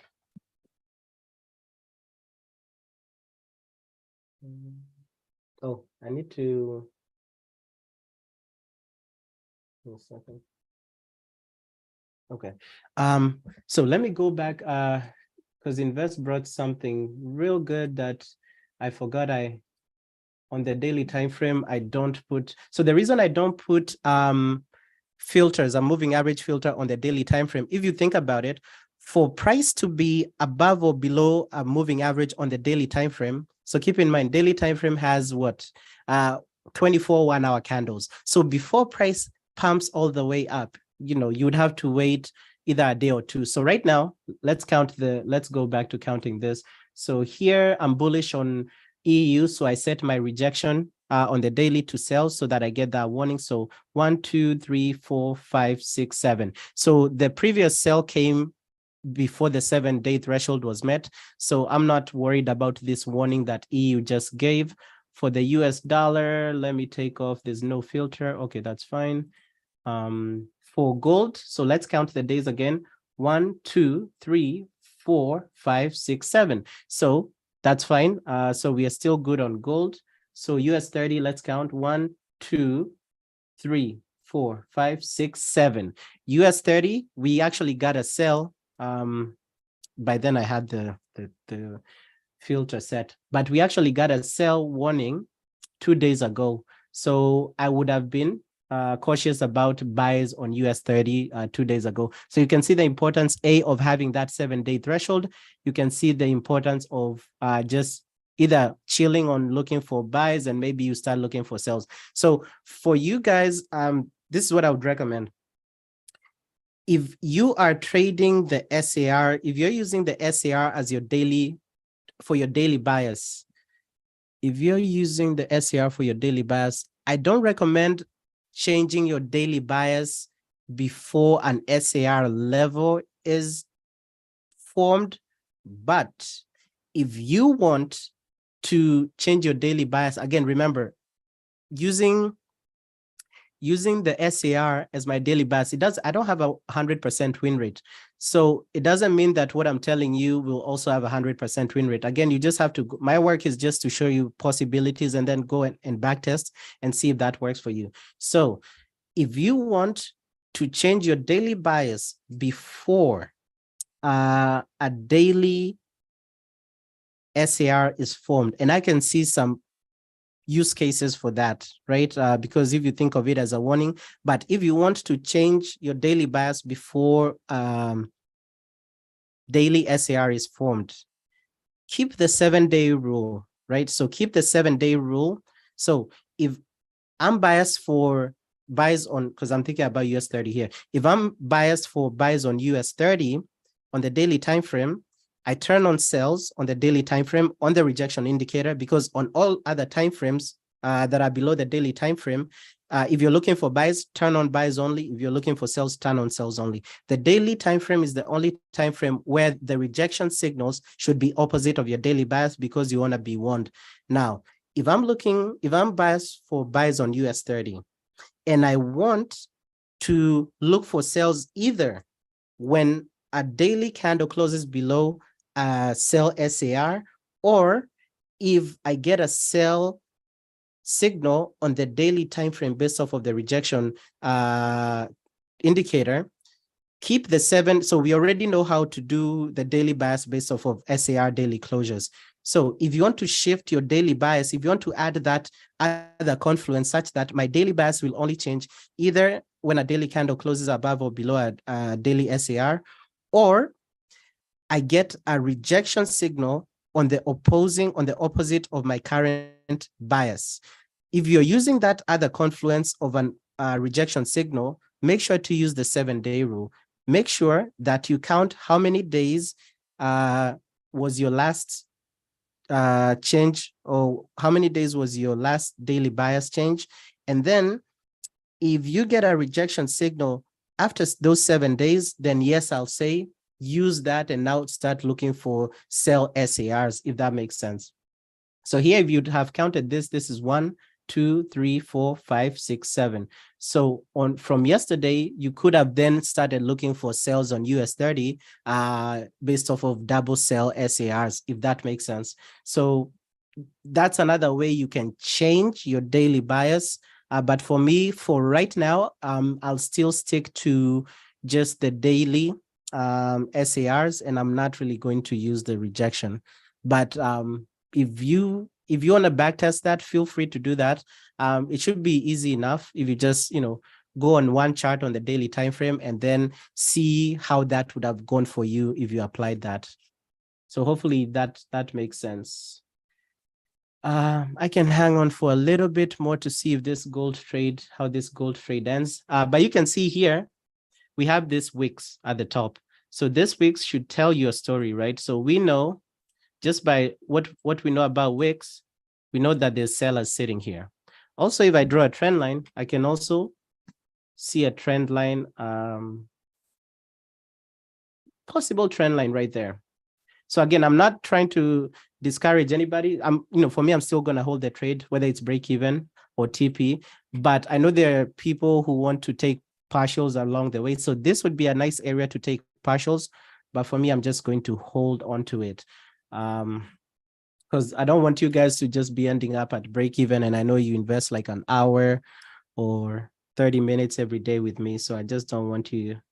I want you guys to be catching something. Any questions from anybody?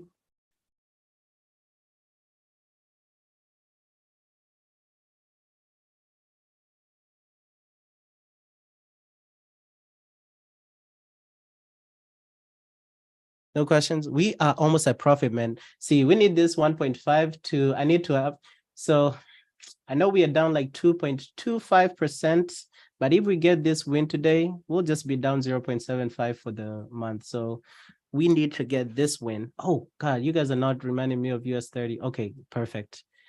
Now I want a buy on US 30 in this zone right here.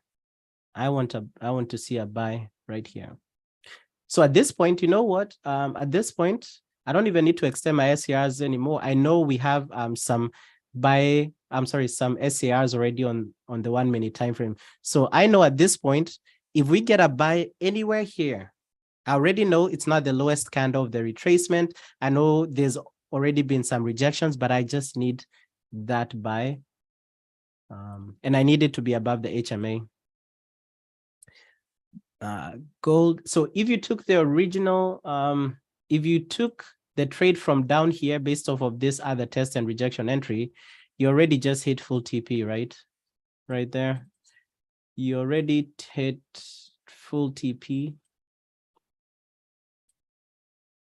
Yep, you just hit full TP. But for those of you who entered with me, we are just waiting for that.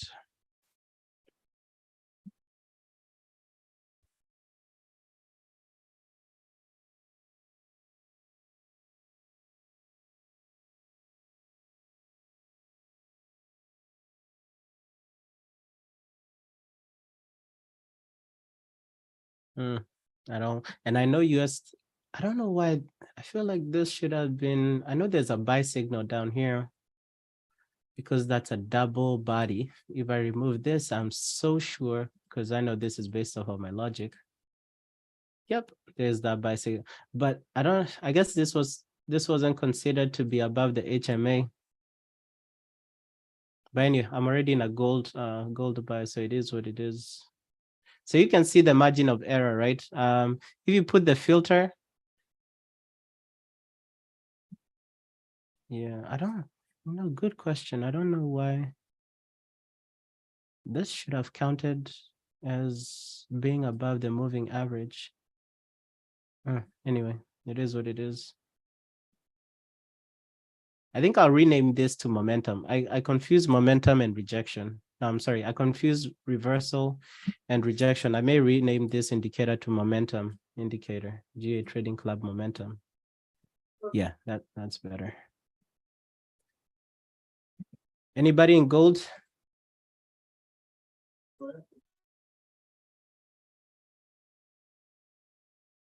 Man, I hope you guys are in, because you've been with me for like an hour and a half now.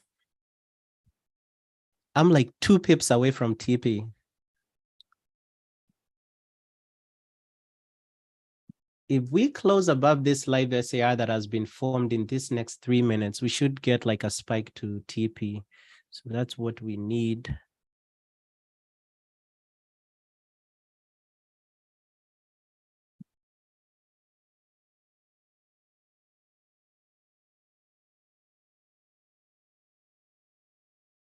And once that's done, that will be the end of the live session.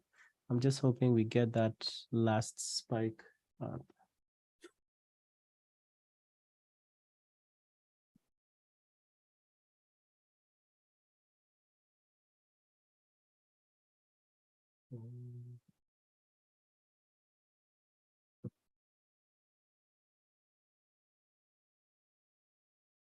All right, what else do you have?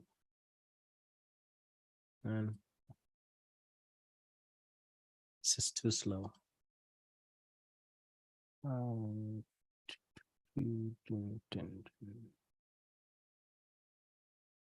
Minutes.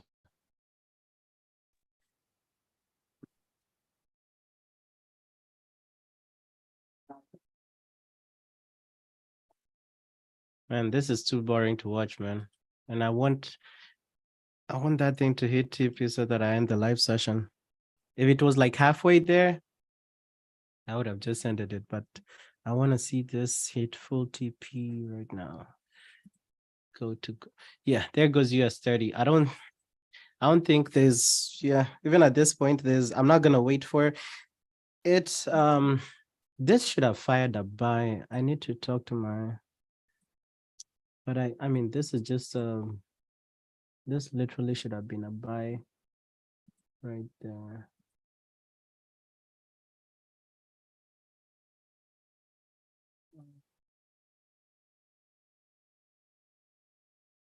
Wait, let's see.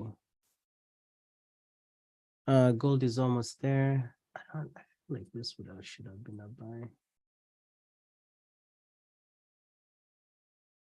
Because it's closed above the moving average. Unless the error pips is like error pips is, no, it wouldn't be that. Error pips is related to the signals, not to the moving average. All right.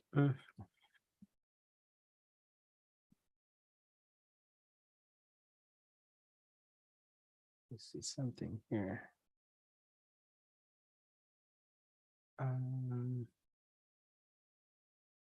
No prototype moving average. Average 1.9. Just trying to see whether there's logic why we didn't get that. Because that would have been the one could have taken. And that trade would already be at break even if I'm not wrong, if not full TP. That would be a break even. Anyway, I'll check with that.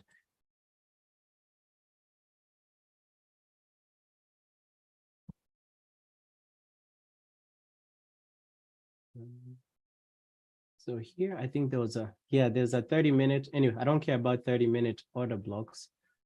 They're, it's not a significant order block, but not to say that it can't come down from here. But you can see there's also sellers in that zone. So you can see this is the reason why price is having just that hard time to push past that last zone. But we just need a quick spike up. Also, I like how we closed above this previous SAR.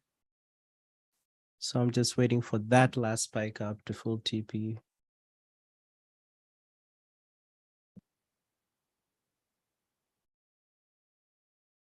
$11:30, man, this live stream has been long.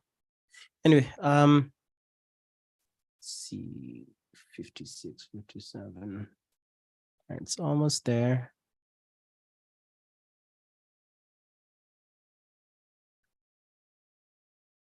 Almost there.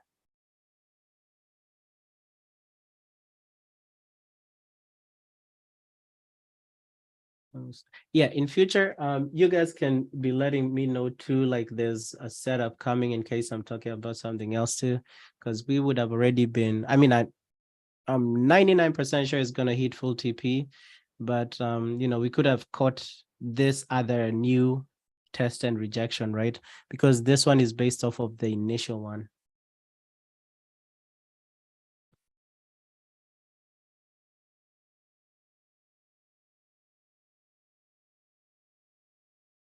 So for this US 30 trade, at this point, I'm not going to look for an entry because this should have been the entry right here.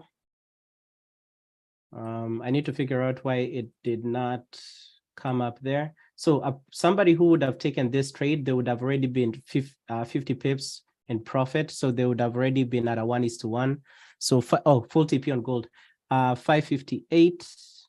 Yeah, they would have already been a 1:1 for US 30. So this trade, at this point, I just go ahead and forget about it because the person who took it, because it should have been this candle. I don't know why it did not fire, even with the moving average filter. But that was the trade setup for US 30 based off of this 4-hour entry.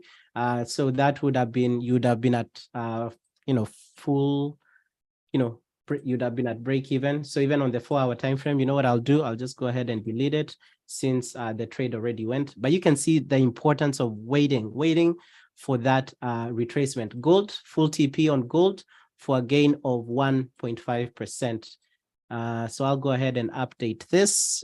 And let me know if you guys have any last question. And you can see, right, having that 1:2 risk to reward, as much as in the official trades, we were down 2.25%. You can just see how one win, we lost what, 1, 2, 3, 3 days losing, 3 days break even, but just 1 day of winning takes us back to just minus 0.75. So this means on a 100K account, if you took every trade that we've been taking on the live session, even the losses, even the break-even trades, you would have been, beginning today, you would have been what? 97,200 and, I'm terrible at math, to be honest, 97,750, if I'm not wrong. But just with the win we had today, you'd have risked what, 750, and you'd have just made 1,500. So right now on your account, if you started off with 100K in the beginning of the month with me, you'll just be down, you'd be at 99,250. So just trust the strategies. When I tell you guys to wait, please do. You don't have to, but it would be good if you did. But anyway, that should be it for today. Any last questions? All right, perfect. So that's good. So I'm up 3K for the day. Even for me, for this account right here, because I started off, I'd withdrawn some profit split. So I actually started off with 200K. So I'm down only, what is it? I am down. For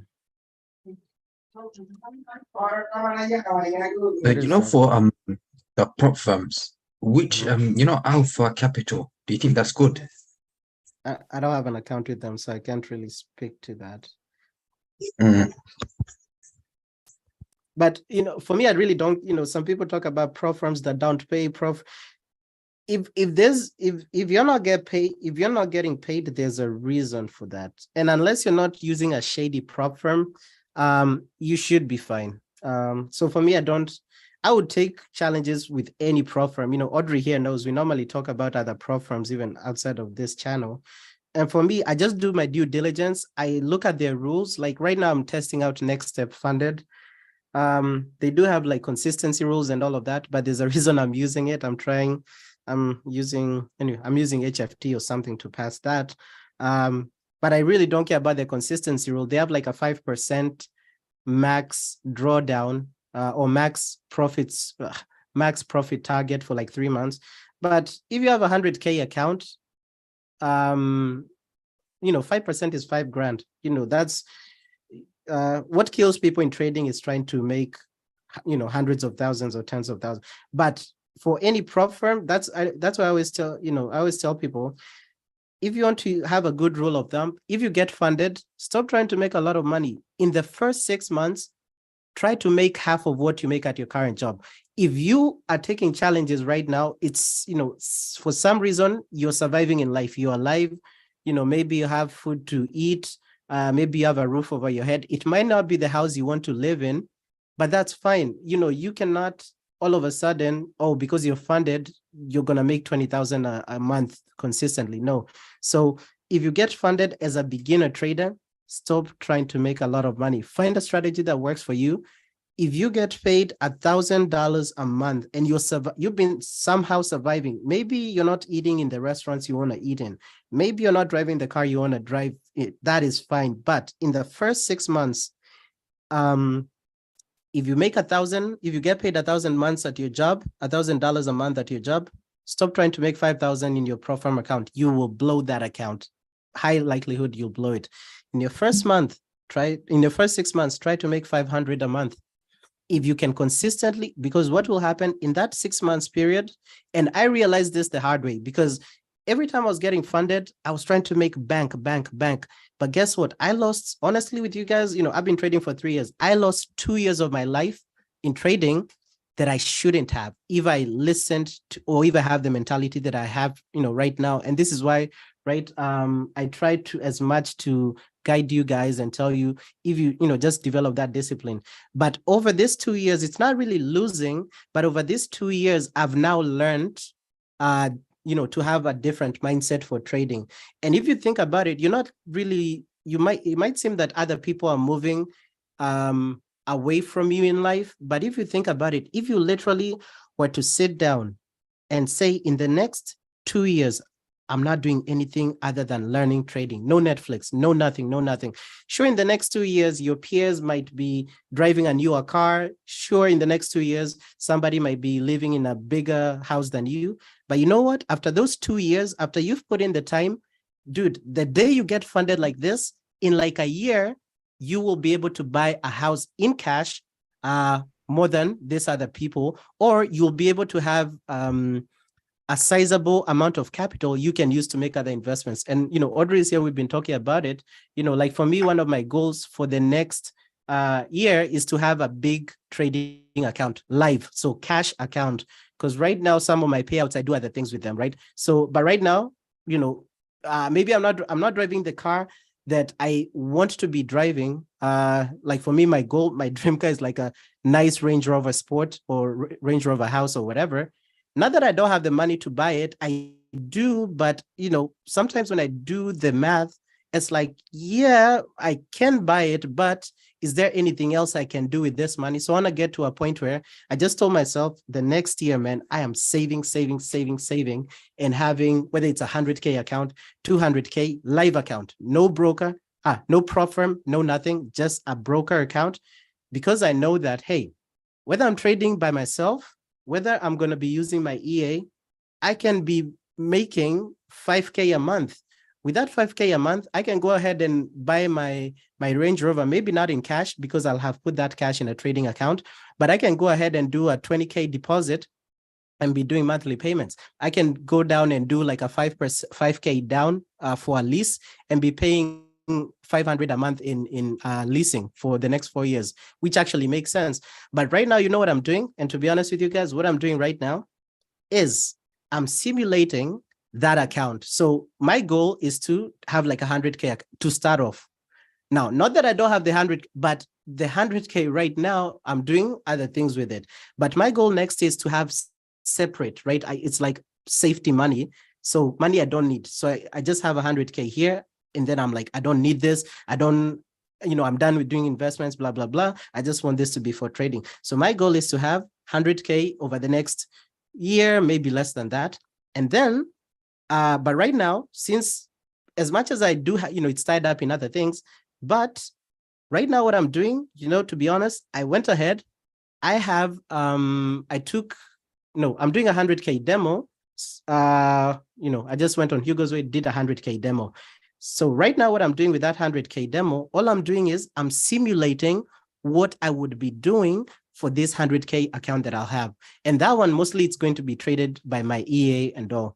And by then, it's going to be available for you guys. So right now, I got the final update. So I just need to figure out how I'm going to, give it to you guys. I want to give it to you in marketplace. Like if you go on MQL5 account, there's a way you can connect your free MQL5 account to your MT4 account. And then, because I don't really want to give the raw file, there's a lot of piracy issues with that.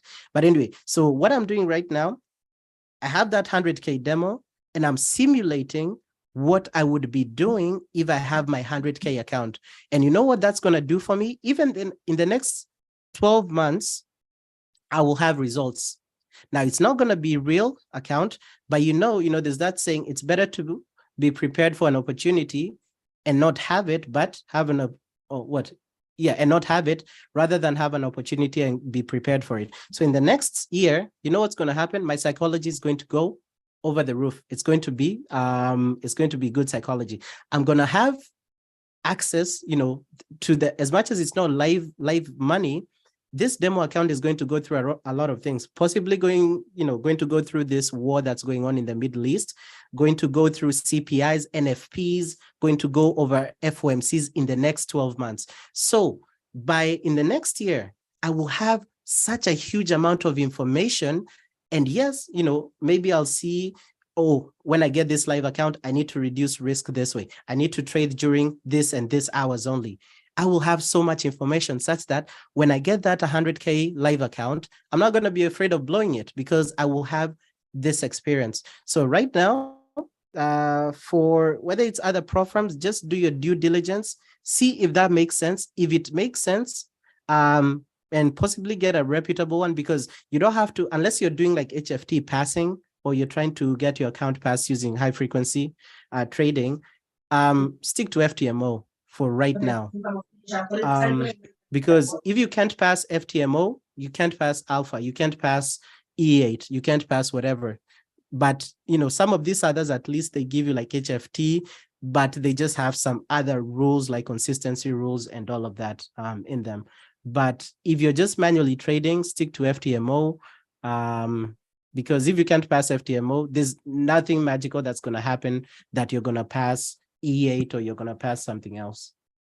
So the E8, how you were saying you're using it on the demo, 100K demo.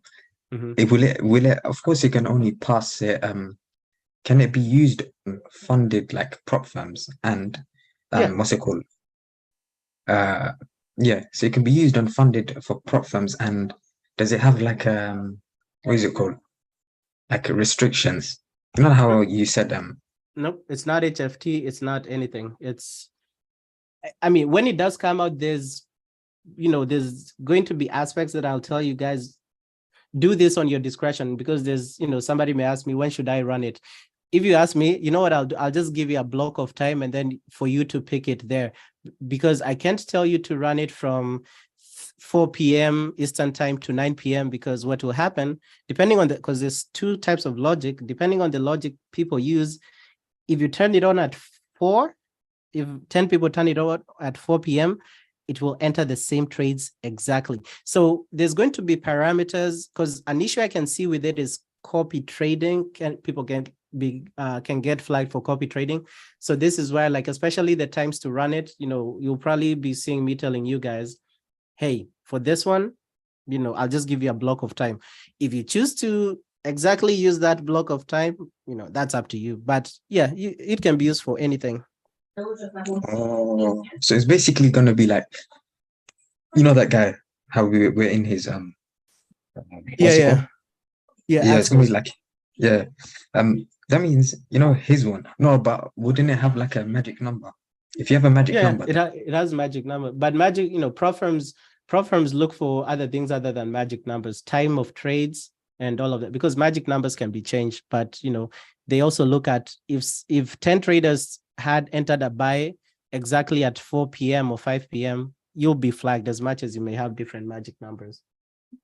Oh, yeah. But the idea here is, if anybody who will be using my ear, this is what you want. You want this growth curve. Ignore this downtrend here, because really, even if we were trading it, I would have told you guys not to trade during this. So this is also a demo, 100K demo. So this is not the one I'm simulating, profits, like my whatever. So this, I'm simulating a funded account, or I'm simulating a prop firm account. So this one I have like max drawdown of 3%. No, I'm sorry. I'm taking my max drawdown is 3%. So because I don't want to go close to the 5%. But the idea here is that anybody who will be using it, if you don't have such a growth curve, you'll be doing something, most likely you'll be doing both buys and sells, because here for me, I either do buys only or sells only, depending on my bias. But yeah, so anyway, I'll give you guys all of those details. I just need to figure out how to disseminate it, and then I'll be giving it to like a few people to test it. Audrey is here, Steven, and maybe one or two other people in the Discord. But right now, I just need to figure out how to give access, because I really don't want to give the actual file to be downloaded because of piracy. So anyway, I'm just trying to think through that as well. All right, bro. All right. So that should be it for the day. Hopefully you guys caught some nice profit. I will catch you guys tomorrow. Trade safe. Tomorrow is the last day of the week. So we've, had some unlucky, we shouldn't be looking for Friday trades. So maybe we can be using Fridays as something else, or just not having a live session on Friday. But other than that, I will catch you guys tomorrow. Be safe out there. Peace.